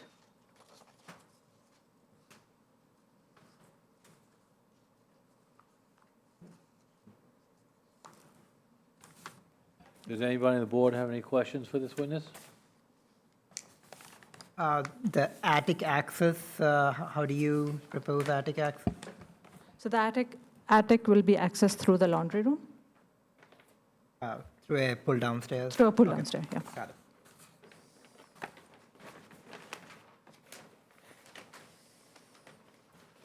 Does anybody else have any questions for this witness? I have one question. I was looking at, looking at the street. I'm a little concerned of some of the massing. There's like there's a lot of roof, there's a lot, I don't know if it quite fits in. I don't know if there's anything we can do to soften it a drop, maybe? I can look at lowering the roof line, the ridge, the top ridge. I can look at that. I think that might help. I don't know if anybody else on the board wants to have any comment on that, or? Well, I definitely think that the roof is substantial, and it probably could be taken down and maybe, I don't know, somehow incorporate, not so much. But my other question is, or my other statement is, this lot is really like, sort of to me like a large R4, right? So it's really like a large R4, where the required size dwelling would be 3220. And here we are coming in at, what an R3 would be. So I feel like the house is actually a little oversized for this particular lot. If it were more in line with the 3220, but I feel like this is a little oversized for that particular lot. I'm not sure that it fits, that it actually can fit, that it's appropriately sized. So, I mean, the fact is that we are on an R3 zone, right? And 35, I'm just trying to do a calculation, sorry. And the lot size of an R4 is 90, yeah, right? So it's significant. So the lot here is, again, larger than that. And if I take 30%, because that's what I'm allowed, I'm trying to get to my calculator here. So if I do 11,627 times 0.3 is 3488. So it's about 3,500 square feet.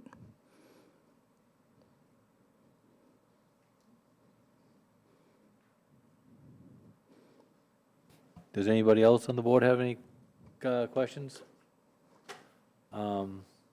I guess I'd still like to see something. Can you make a proposal to make a change to the roof? Yes, sure. Give me like some number that we could latch onto? You want to? You want to spend 2 seconds? Think for a second? Put you on the spot a little bit. I can look at dropping it about 2 feet, So 24 inches. So just to follow up on that, just so we have a clear record. So you're stating on behalf of the applicant that the applicant would agree to reduce the roof height by 2 feet from the current plans, and revised plans will be submitted to reflect that lower roof line. You may have to make other changes in terms of your plan as a result of the reduction. You don't want to make it look, They are requesting if it can be 18 inches instead of 24 inches. well, so the request by the board, I believe, was to reduce the massing. Right. And what you're stating is the applicant would consider a reduction of 18 inches or foot and a half from using English method. Yeah, I tried to use the metric system. It's a little easier. But apparently nobody around here uses that. I think also to that question, and maybe this may help, because normally the board asks this question, do you know what the height in the attic is to the ridge line? So I was trying to be below the 7 feet, and also we'll have the collar ties, so we will be below the 7 feet threshold. 25. I don't have that calculation right now, but looking at it, it is on the, yeah, so right now I'm about 12 feet to the ridge from the attic. But with the collar ties, it will be lowered. So, So to the board,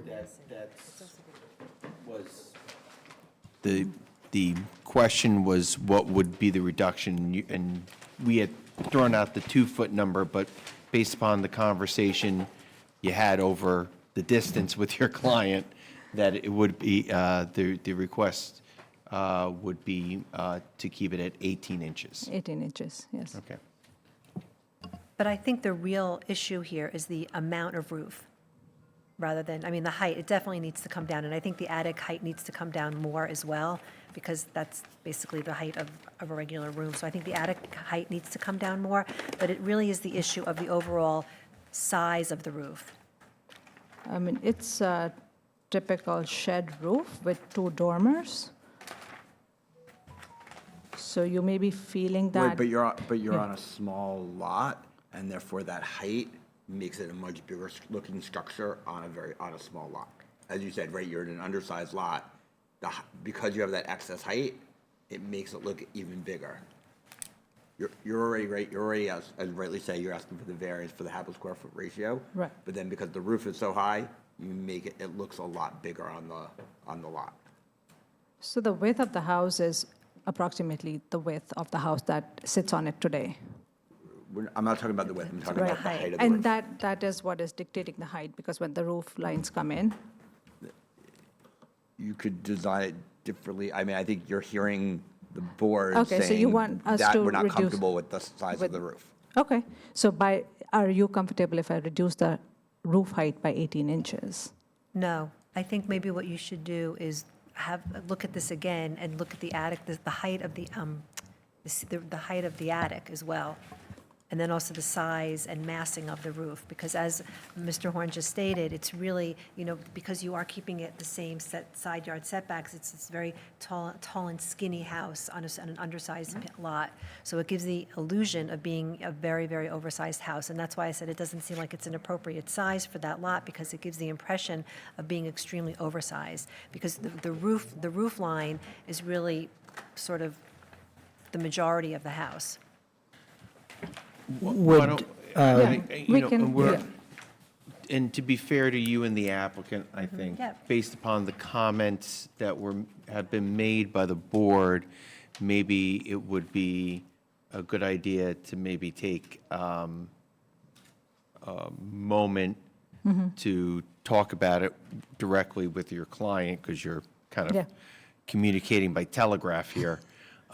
So maybe you want to take that opportunity to do that so that you can express what the applicant is willing to do. But I think the applicant and yourself have heard the board's concerns, but maybe you want to go into a quick conference I just have a, on that. Yeah. One more. yeah, well, just to that point of that roof massing being substantial, would adding like a dormer window and breaking the, Well, like, you gotta be I don't want to careful get with into the design stage, but, Yeah. if, The other thing is you got to be careful with dormers, because then that may create, and we don't want to go down that line, it may create the appearance of a third story. Correct. So normally you want to avoid dormers for that reason. But I know that the applicant is very interested in talking to their architect about this interchange, and maybe they want to have that opportunity to do that. You think it's a good idea, Chair? Sounds like a good idea. I knew you'd say that. You have a lot of good ideas. Not often. Why don't we, do you want Wanna to recess take for that 5 minutes? recess for We 5 can- minutes? Yeah, we can do that. I'll take a quick Okay. Sure. recess. Thanks. Okay.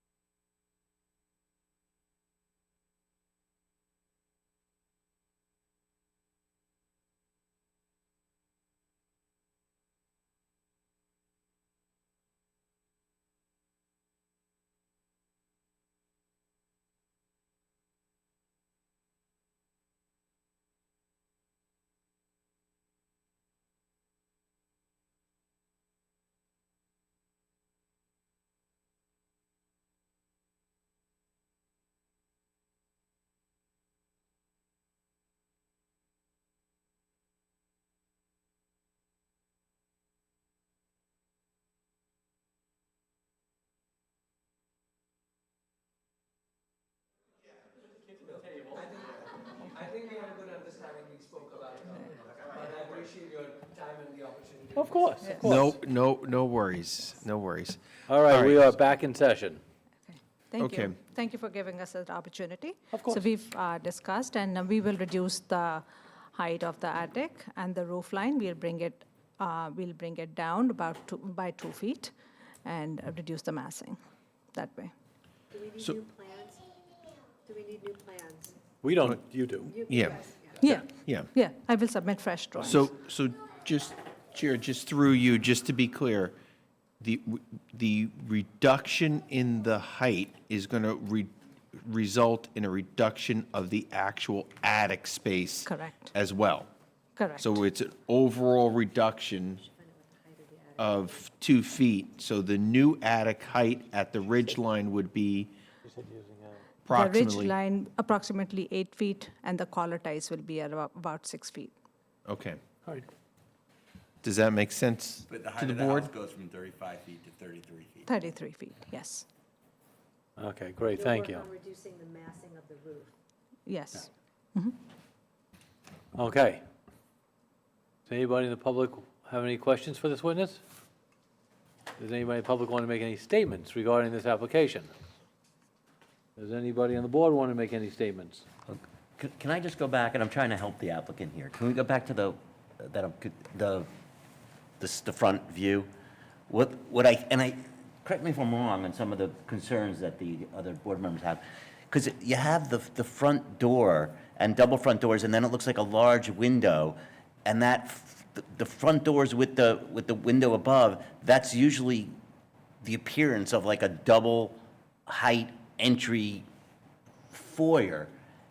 And visually, because I don't know, maybe it's just a visualization different than what you're actually planning to do. So it almost looks like you get that sort of visual of a double height, and then there's all this house above it. And I get the feeling that maybe that's what is throwing off the other board members. I just want to point that out to help you, Right. that it might be a visualization issue. Correct. Here, that we're having trouble visualizing how it's going to appear. Right. So what is happening is we do have a double entry foyer, but the foyer wall starts at 13 feet and the roof line goes up all the way so that you don't have the double story all the way. It just appears at the front entrance only, and then the roof line continues. Right. And so, and the revised plans will be indicative of that overall reduction? Correct. That reduction down to Yes. 33? Yes. So it's going to, the visualization that you're seeing there is going to be noticeable difference. Yes. Do that, you gotta flatten it. Right. Exactly. Okay, would someone on the board like to make a motion? I will make a motion to approve, subject to the condition of lowering the roof by 2 feet from 35 feet to 33 feet, and new plans being submitted to the town. Sure. Do I have a second? Yeah, I'll second it. Mr. Horn? Yes. Mr. Shah? Yes. Mr. Weissman? Yes. Mr. Ambati? Yes. Ms. Khan votes yes. Mr. Bier? Yes. Okay. Thank you very much. Welcome, it's nice to see you again. Okay, the last application, Block 2006, Lot 28, 33 Tiffany Drive, application number 2026-37-V, Ramesh Kandel. Applicant seeks approval to construct a new single-family residence in violation of the following sections: 170-98C3, left side yard setback, 10 feet required, 7.68 feet proposed, 2.32 feet variance requested; 170-98C3, side yard aggregate, 30% required, 17.68 proposed, 12.32% variance requested; 170-87BB4, habitable floor area, 3,520 square feet allowed, 4,197 square feet proposed, 677 square feet variance requested; 170-87CC3, habitable floor area ratio, 21% allowed, 28% proposed, 7% variance requested. Okay. So I assume that you were the owner applicant, correct? Yes. Okay, and you have, you got to just hit the green button, yeah, perfect. Yes, And, we are the owners.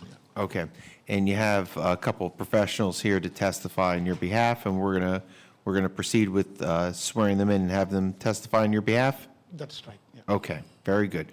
So why don't we start? We're going to start with, do you swear affirm and tell the truth for the zoning board tonight? I do. Okay, can you please state and spell your name for the record? My name is David Dugas. That's Dugasz, and I am a partner with Dugas Architects. We're located in Woodbridge, New Jersey. I was licensed in 1998, and I've presented in numerous boards. However, I've never presented here in Livingston. I know my partner has a couple of times. My license is in good standing. I'm licensed, and it's in New Jersey still. Everything's good. And you've appeared before, well, you may not have appeared before this board, you've appeared before Other many boards, other land yes. use boards. Yes, I have. Sure. And just for the record, your schooling? I graduated from NJIT back in '92. Way back when. Does anyone on the board have any questions, objections regarding this witness? There being no objections, the witness is accepted as expert in architecture. Okay. Start off with a little brief background of the project. The applicant had purchased the property and was looking to modernize it, and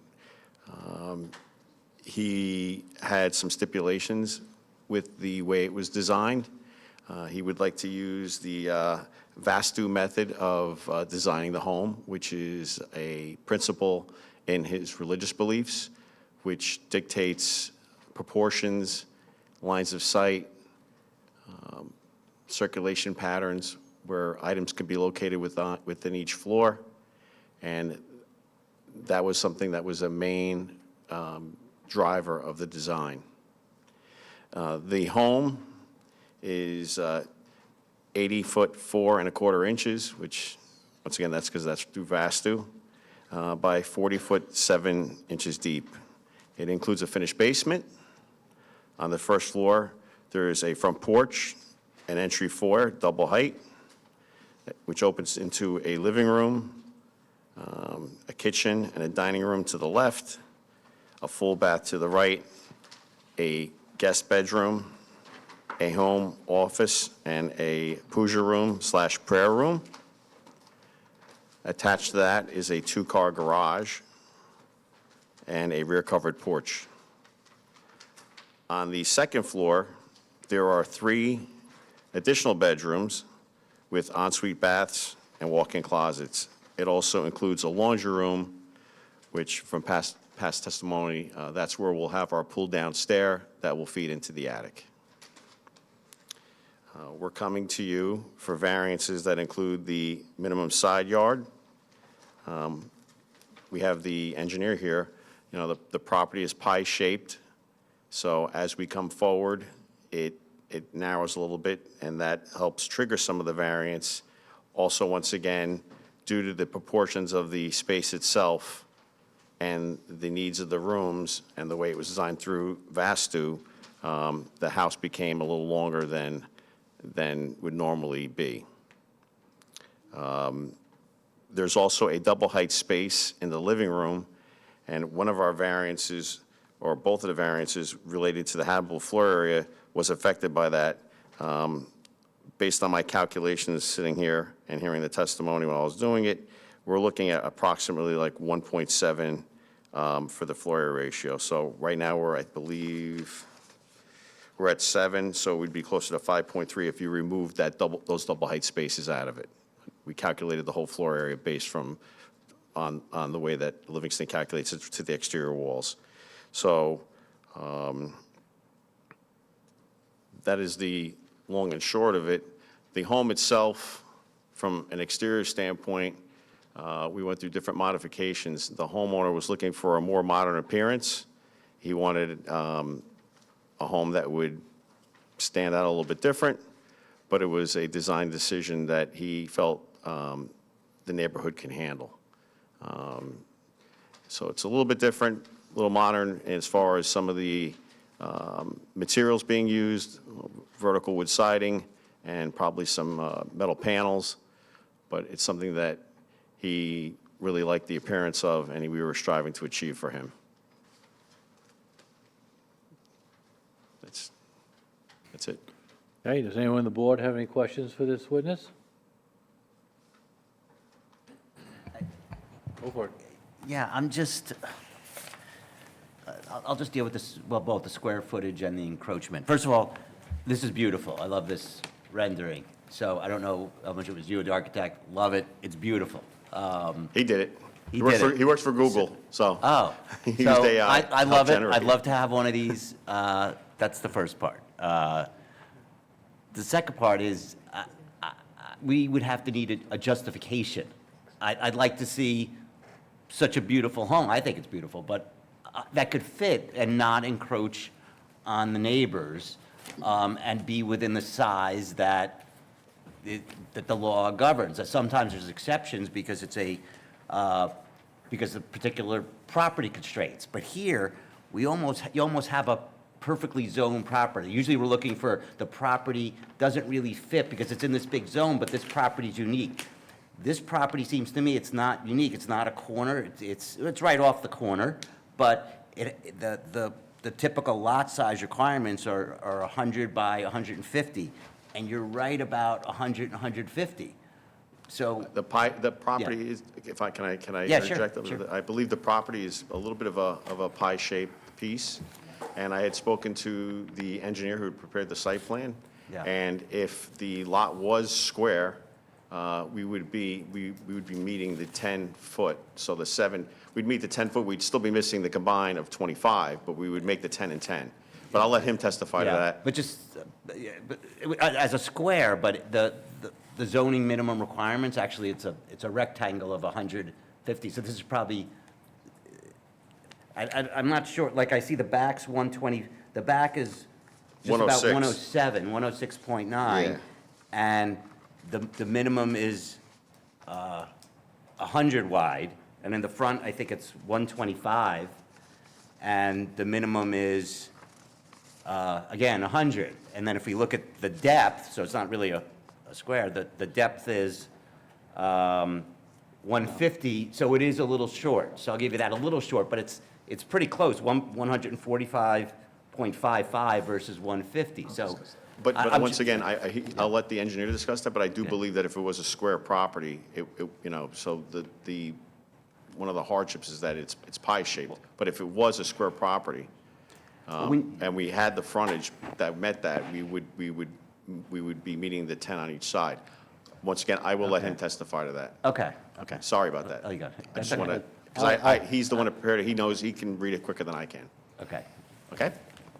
I mean, I'll just add on to that a little bit, understanding the pie shape and everything else, and understanding that'll be discussed further. We're still 600 square feet over and 7% over, and we have a little trouble on the side yard and the aggregate side yard, so I'll follow with my colleague said, it's a beautiful design and beautiful house, but it just seems, at this point in the testimony, to be large for the site. I know, I went up and down the street, I looked at the other houses that are there, and it just seems large at this time. So Yeah. I will let you, From what I understand, the double height space is at about 280 square feet to the second but that floor. goes to So massing, that's, right? well, I mean, it's we part of the usually just- FAR. You right, mentioned the and- FAR, so I'm just saying if that wasn't included, that would drop that number down from 7 to, You're not talking to the mic. No, I was just adding to what my colleague said, but it contributes to the massing of the house, even though. Okay. And once again, Yeah.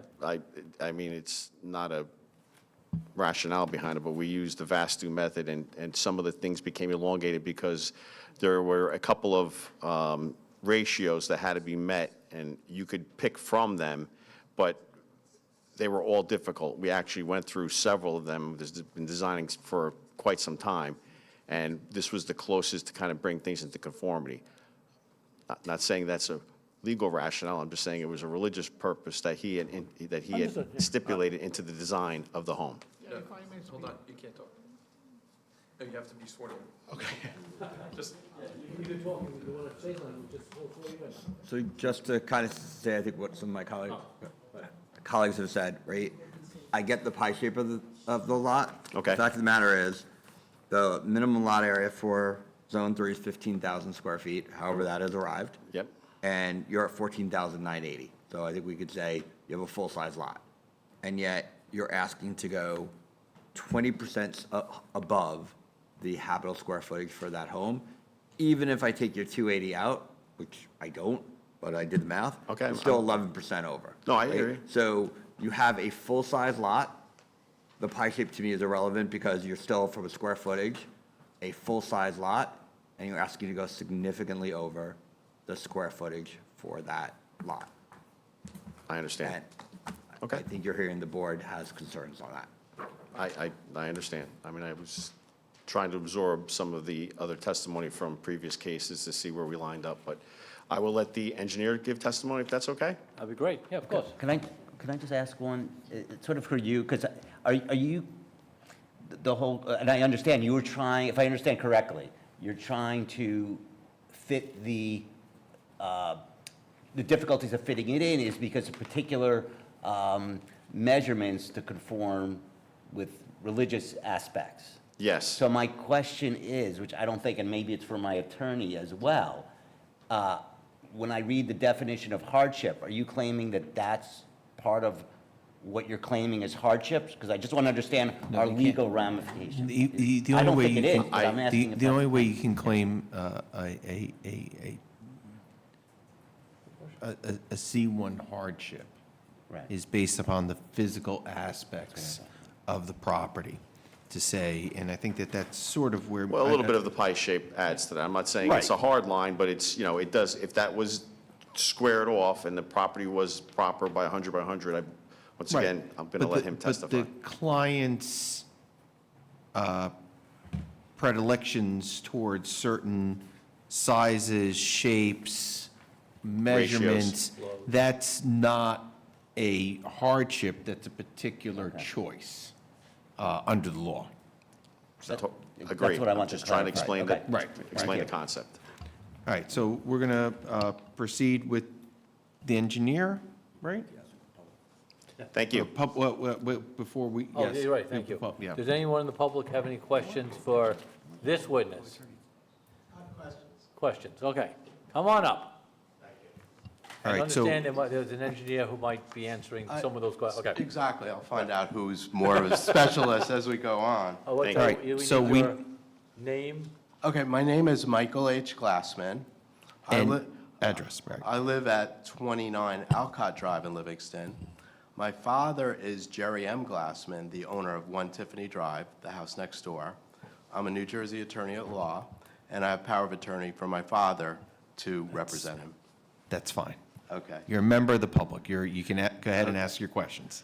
My first question is, why can't the house be redesigned to comply with the ordinance in terms of square footage? Once again, from a legal standpoint, yeah, I mean, every case that came in front of you Well, yeah, I think. could possibly do that. I think part of the, to put a point on it, I think that, and I don't want to necessarily put words into Mr. Duga's mouth, but I mean, he's testified a little bit about this, actually extensively about it, that the design was reached by virtue of the client's request, and that's where he produced the plans as they were presented. Okay. So the request, he's clearly going over, not he, but the application is clearly going over the standard, and that's where they're asking for the variance. And normally with any of these situations, can the applicant meet the standard? Sure, everybody can make a smaller home. Right. That's not, but they're asking for the variance, and that's why they're here. And you're asking for a variance of approximately 20% larger in square footage of the house than what the ordinance permits, is that correct? That is correct. Okay. I didn't quite get the name of the style of the house. Was it Vastu? The religious concept behind it's called Vastu. Vastu. Are there any other Vastu designed houses on Tiffany Drive? Now? I do not believe so, but I couldn't confirm that. And you also, so do you think it would fit in with the character of the street? Meaning the design of the The home. design of the house. I think the house is a little larger, but I believe if you look at the other homes that are there, they do have, the homes themselves are on the longer side, yes. But I meant in style, and they're mostly colonials. There's no Vastu houses on Tiffany Drive. Well, it's Vastu's not- it's a modern home. Vastu is just the way we got there, but do we match any of the other homes in the neighborhood as far as that? No, there aren't many homes designed with a modern flair. This home was constructed back in the late 50s. A lot of these homes were constructed in the late 50s, and if we're going to base it on that, the homes would all be smaller, and they would all be colonials. And I believe you were talking about it was a pie-shaped lot. I don't really understand that. I will add that I grew up in the house next door, so I am familiar with that lot. The property is not square. It is pie-shaped, meaning it goes wider at the rear. Right. And becomes Okay. narrower at the front. Okay, but it's generally rectangular, isn't it, though? It's wider at the rear and it becomes narrower. Does it come to a point? No. But it's trapezoidal. Now, you also asked for a side yard variance. Is that on the 1 Tiffany side or the 5 Tiffany side? On the 1 Tiffany side. Okay. And why do you need that? We need that because of the nature of the home meeting the requirements that the homeowner had laid out. Okay. And if the property was square, which I will let the engineer testify to, you would meet the 10 at both sides. You would still be short on the combined, but you would meet the 10 on both sides. Okay.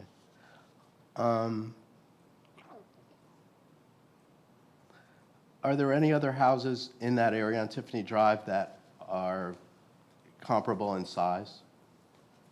In terms of There are like- some larger homes, but I believe in general, they're smaller than this home. Okay. But all the homes that are being constructed now, as you had seen at the previous, well, I don't know if I'm allowed to say it, a lot of the newer homes are becoming larger in nature. Will any of the bedrooms on the second floor have windows that face 1 Tiffany Drive? I believe there's a window, there's windows in the bedroom, and there's another window that's required by Vastu, which is near the bathroom, that there's a window that they have to line up through the middle of the home, all the way through from left to right. Okay, I think I'll rest at this point. Thank you. Does anybody else have any questions for this witness? Okay. Now I think we can go to the engineer. Thank you. Please come forward. Okay. All right, Do you good swear evening. affirm and tell the truth for the zoning board tonight? I do. Okay, can you please state and spell your name for the record? Sure. Thomas G. Stearns III, STEARNS, 144 Jewel Street, Garfield, New Jersey, GB Engineering, LLC. All right, Mr. Stearns, you've appeared before this board on numerous occasions. been I have. qualified My in the plan's field. more than myself, and, but I am here, I've been here before as well as an expert in engineering and land surveying. Exactly. All right, Chair? And you are here as an engineer or land surveyor or both? Engineer, I prepared the survey as well, but I'm here as an engineer. Okay, we can accept you as an expert in professional engineering. Thank you, appreciate it. Good evening, everyone. Let me go to the videotape here. Is my, here we go.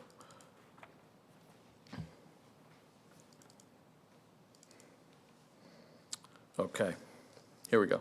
So this is my site plan dated February 27th, 2026, and most recently revised 4/17/26. So this is 3 Tiffany Drive. Sorry. As we said, we're Lot 28, Block 2006. We're on the westerly side of Tiffany Drive, north of East Mount Pleasant Avenue. So this lot in question, so I'll get right to the square footage first. Square footage, as we said, in this zone, the requirement is 15,000. We're very close to that at 14,980. But what's come up is the configuration of the lot. So this lot is, so the requirements for lot width and depth, we have 100 feet required for lot lot width. This lot comes in at 96.69. The reason for that is, so we have a 90-degree angle on the right side with the rear of the property. We have a curve along the front, but the left sideline basically angles in at approximately 1 foot for every 10 feet. So you have 107 in the back. By the time you get to the front of the lot, it's 17 feet of lesser, it squeezes by 17 feet as you come to the front of the lot. So that, so having, like, as our architect said, we have 80.35, nearly 80 feet. If you had a 100-foot rectangular lot, you'd have 10 and 10 on either side. But with that angle, it pulls us in. And you can see he did some stepping. So he did step in that front on the left just to do the best he could as far as the width with the VASU requirements. But we come up with this 7.68 as a result of that angle. I'll just mention, I know we talked about other items. I'm going to mention the improvements we're doing. So this lot, the current slope of the lot has, we have 327 at the curb line, or the sidewalk here. Then we go slightly up to 328 elevation, so approximately 1 foot up. We have a level area, and then it goes back down approximately 3 feet to 325 in the back. So it's nice. Topography is good for us on this lot. Like, we have a mound in the middle, a flat area in the middle, and we have front and back slopes. So you can see what we're doing. We're moving that existing dwelling. We're proposing our dwelling at 52 feet off the rear line, so 40 is required. We're holding our wood deck at 42, and we have 52 on the rear dwelling. We could push this dwelling back further, but we do have some mature trees in the back that we wanted to keep. So that was the purpose of the position of the dwelling. We are 56.87 in the front, where 50 is required. As far as stormwater management goes on the site, currently there's no stormwater management on the site. That existing dwelling and the driveway, they have roof leaders that go off onto the ground and go off to adjacent properties and to the street. So our proposal is to, we're storing this entire dwelling for a 100-year storm. So Livingston does have some impactful stormwater management requirements. So you could see, so a lot of towns only require 2-inch rainfall over the footprint of the dwelling.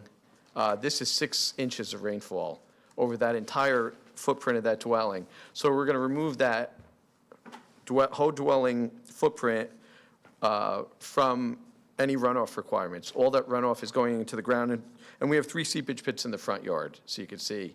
So we're really managing stormwater management. And the driveway, our proposed driveway is curbed, so it won't affect any adjacent properties as well. And as we went over the variances already, I believe, so we have our existing nonconformities for lot area, lot width, and lot depth. And then we're asking for that side yard on the left, aggregate side yard as well. And then we also have the area and the floor area ratio as well. So we are complying with the building height. Our building height is proposed 33.38, where 35 is required. I believe that's my, I'm sorry? Hold on 1 second, sorry.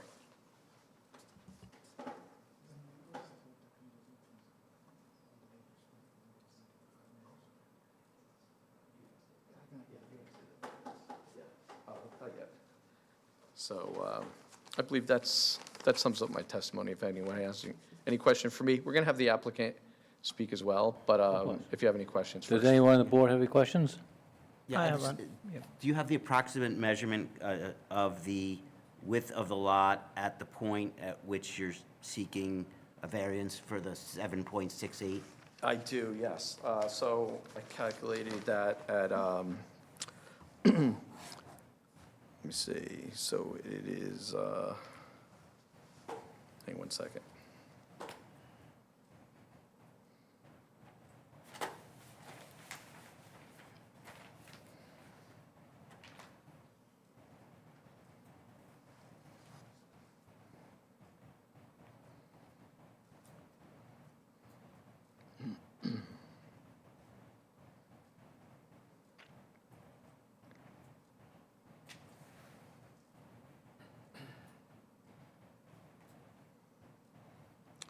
So it's 98 feet at that spot. 98 feet, okay. Yeah, 98. Anybody else have any questions? Yeah, I have a quick question. So I drove by the site, and I do see like the shape of the lot is it is pie-shaped, and I was just wondering, is the applicant amenable to, because of the size, the shape of the lot? I understand from a vastu standpoint, it may, it is considered, it is appreciated, the shape of the lot. But that said, are you amenable to, maybe reducing the size, the width of the garage so it is within conformance and for the side yard setback, so that it visually it appears, much narrower, given the side lots, which are too close. At least they look too close. Sure, we did have that conversation.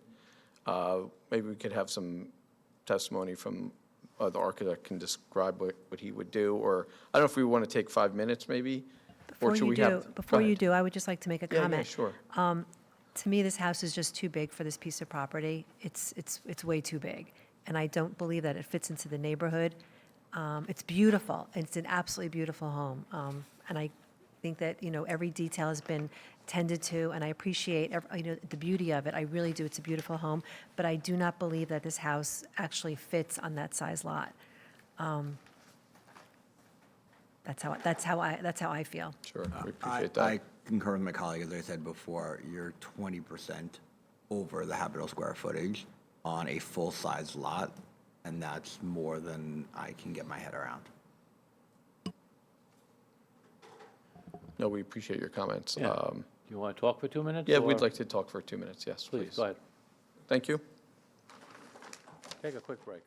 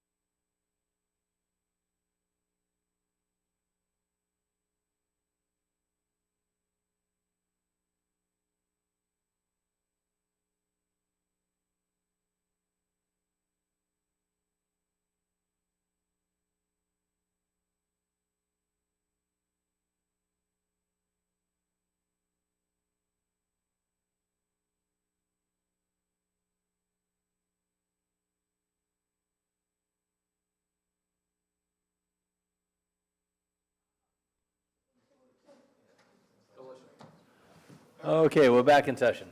All right, Of so, course. so Mr. Stearns, you had the opportunity to have a little conference. We did, yeah. So, what we talked about was taking, I'll zoom in here.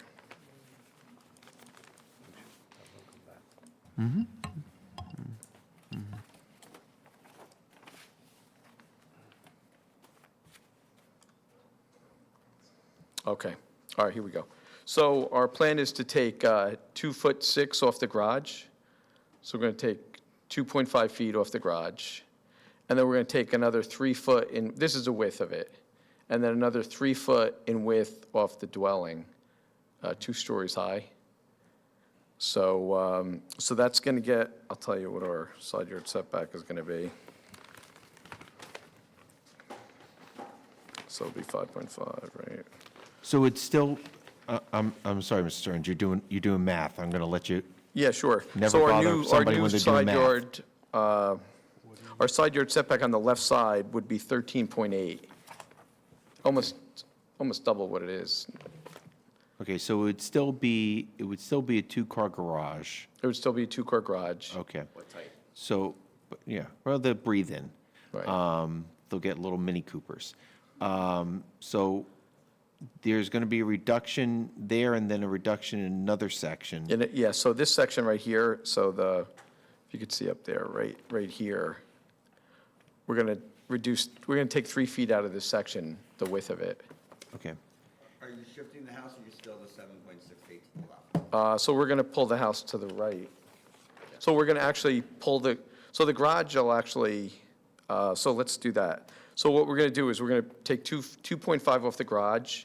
We'll have an offset of 12.5 on the right. Right. What about are you going to be in compliance now with the combined? So the combined won't be compliant. I'll tell you what our combined is. Let's say, so the left, so let's testify to that. We're going to have 12.5 on the right side. And then the left side will be 10.68 on the left.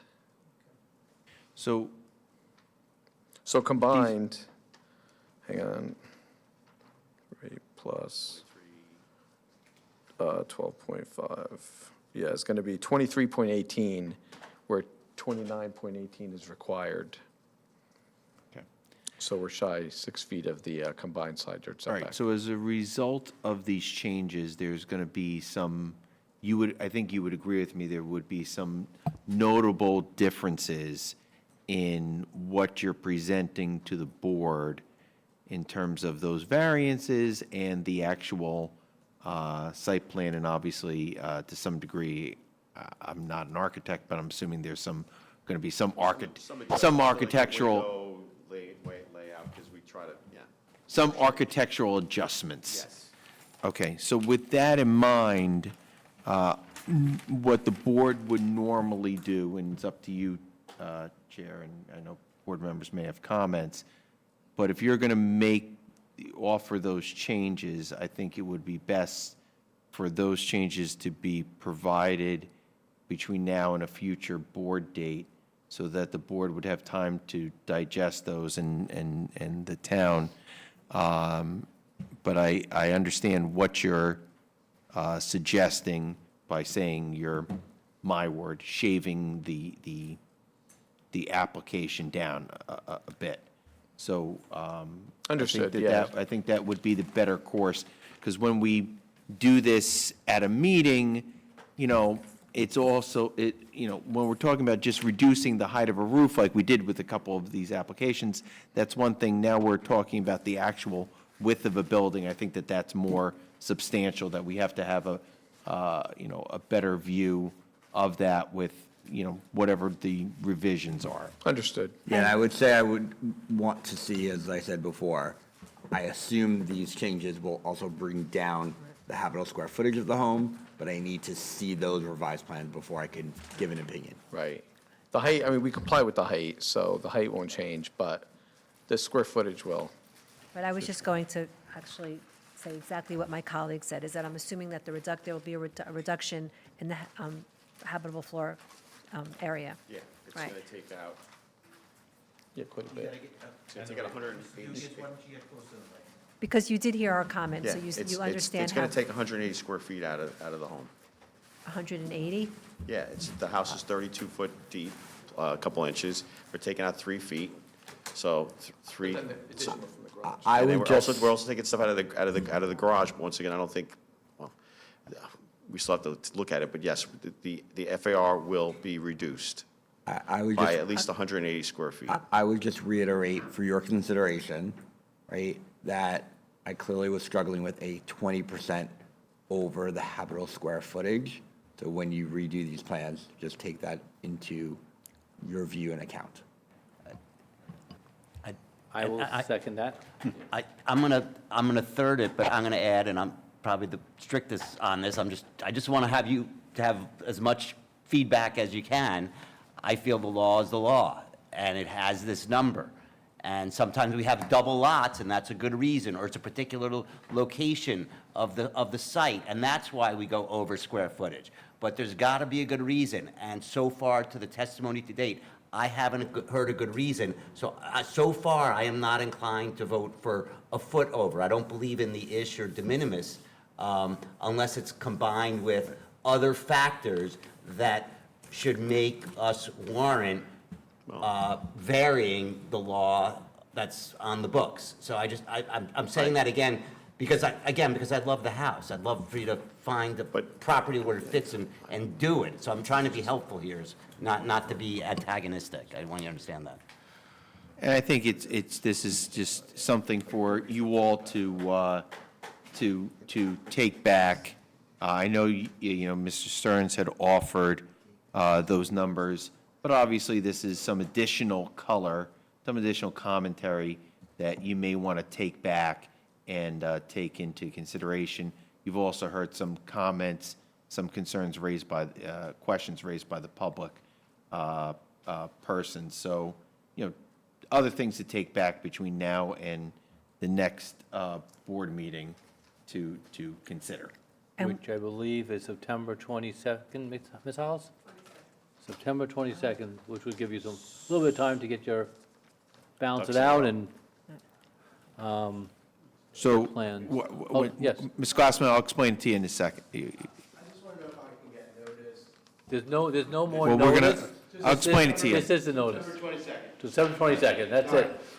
9/22. Right. So the applicant is going to take a look at their plans, take the comments from the board, consider all that, work with their very astute experts on this, including Mr. Stearns.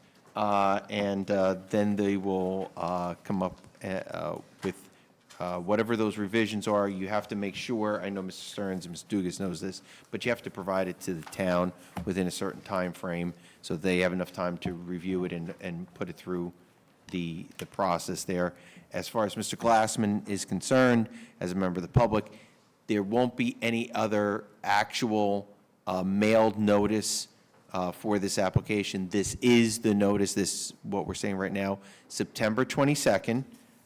That is the date to return to come back on this. So if you continue to have questions and concerns, that's the date to come back, and that's the date you'll have the opportunity to ask more questions, and eventually, if this goes to a finality, for it to make a public comment. Will the new plans be at the planning board before September 22nd? Yes. Correct. So if there are going to be any new plans, they're going to submit them to the township. It will be part of the township's record. So if you want to come down and view those plans, you'll have the opportunity to do that. I would suggest you just reach out to Ms. Hollis at a time.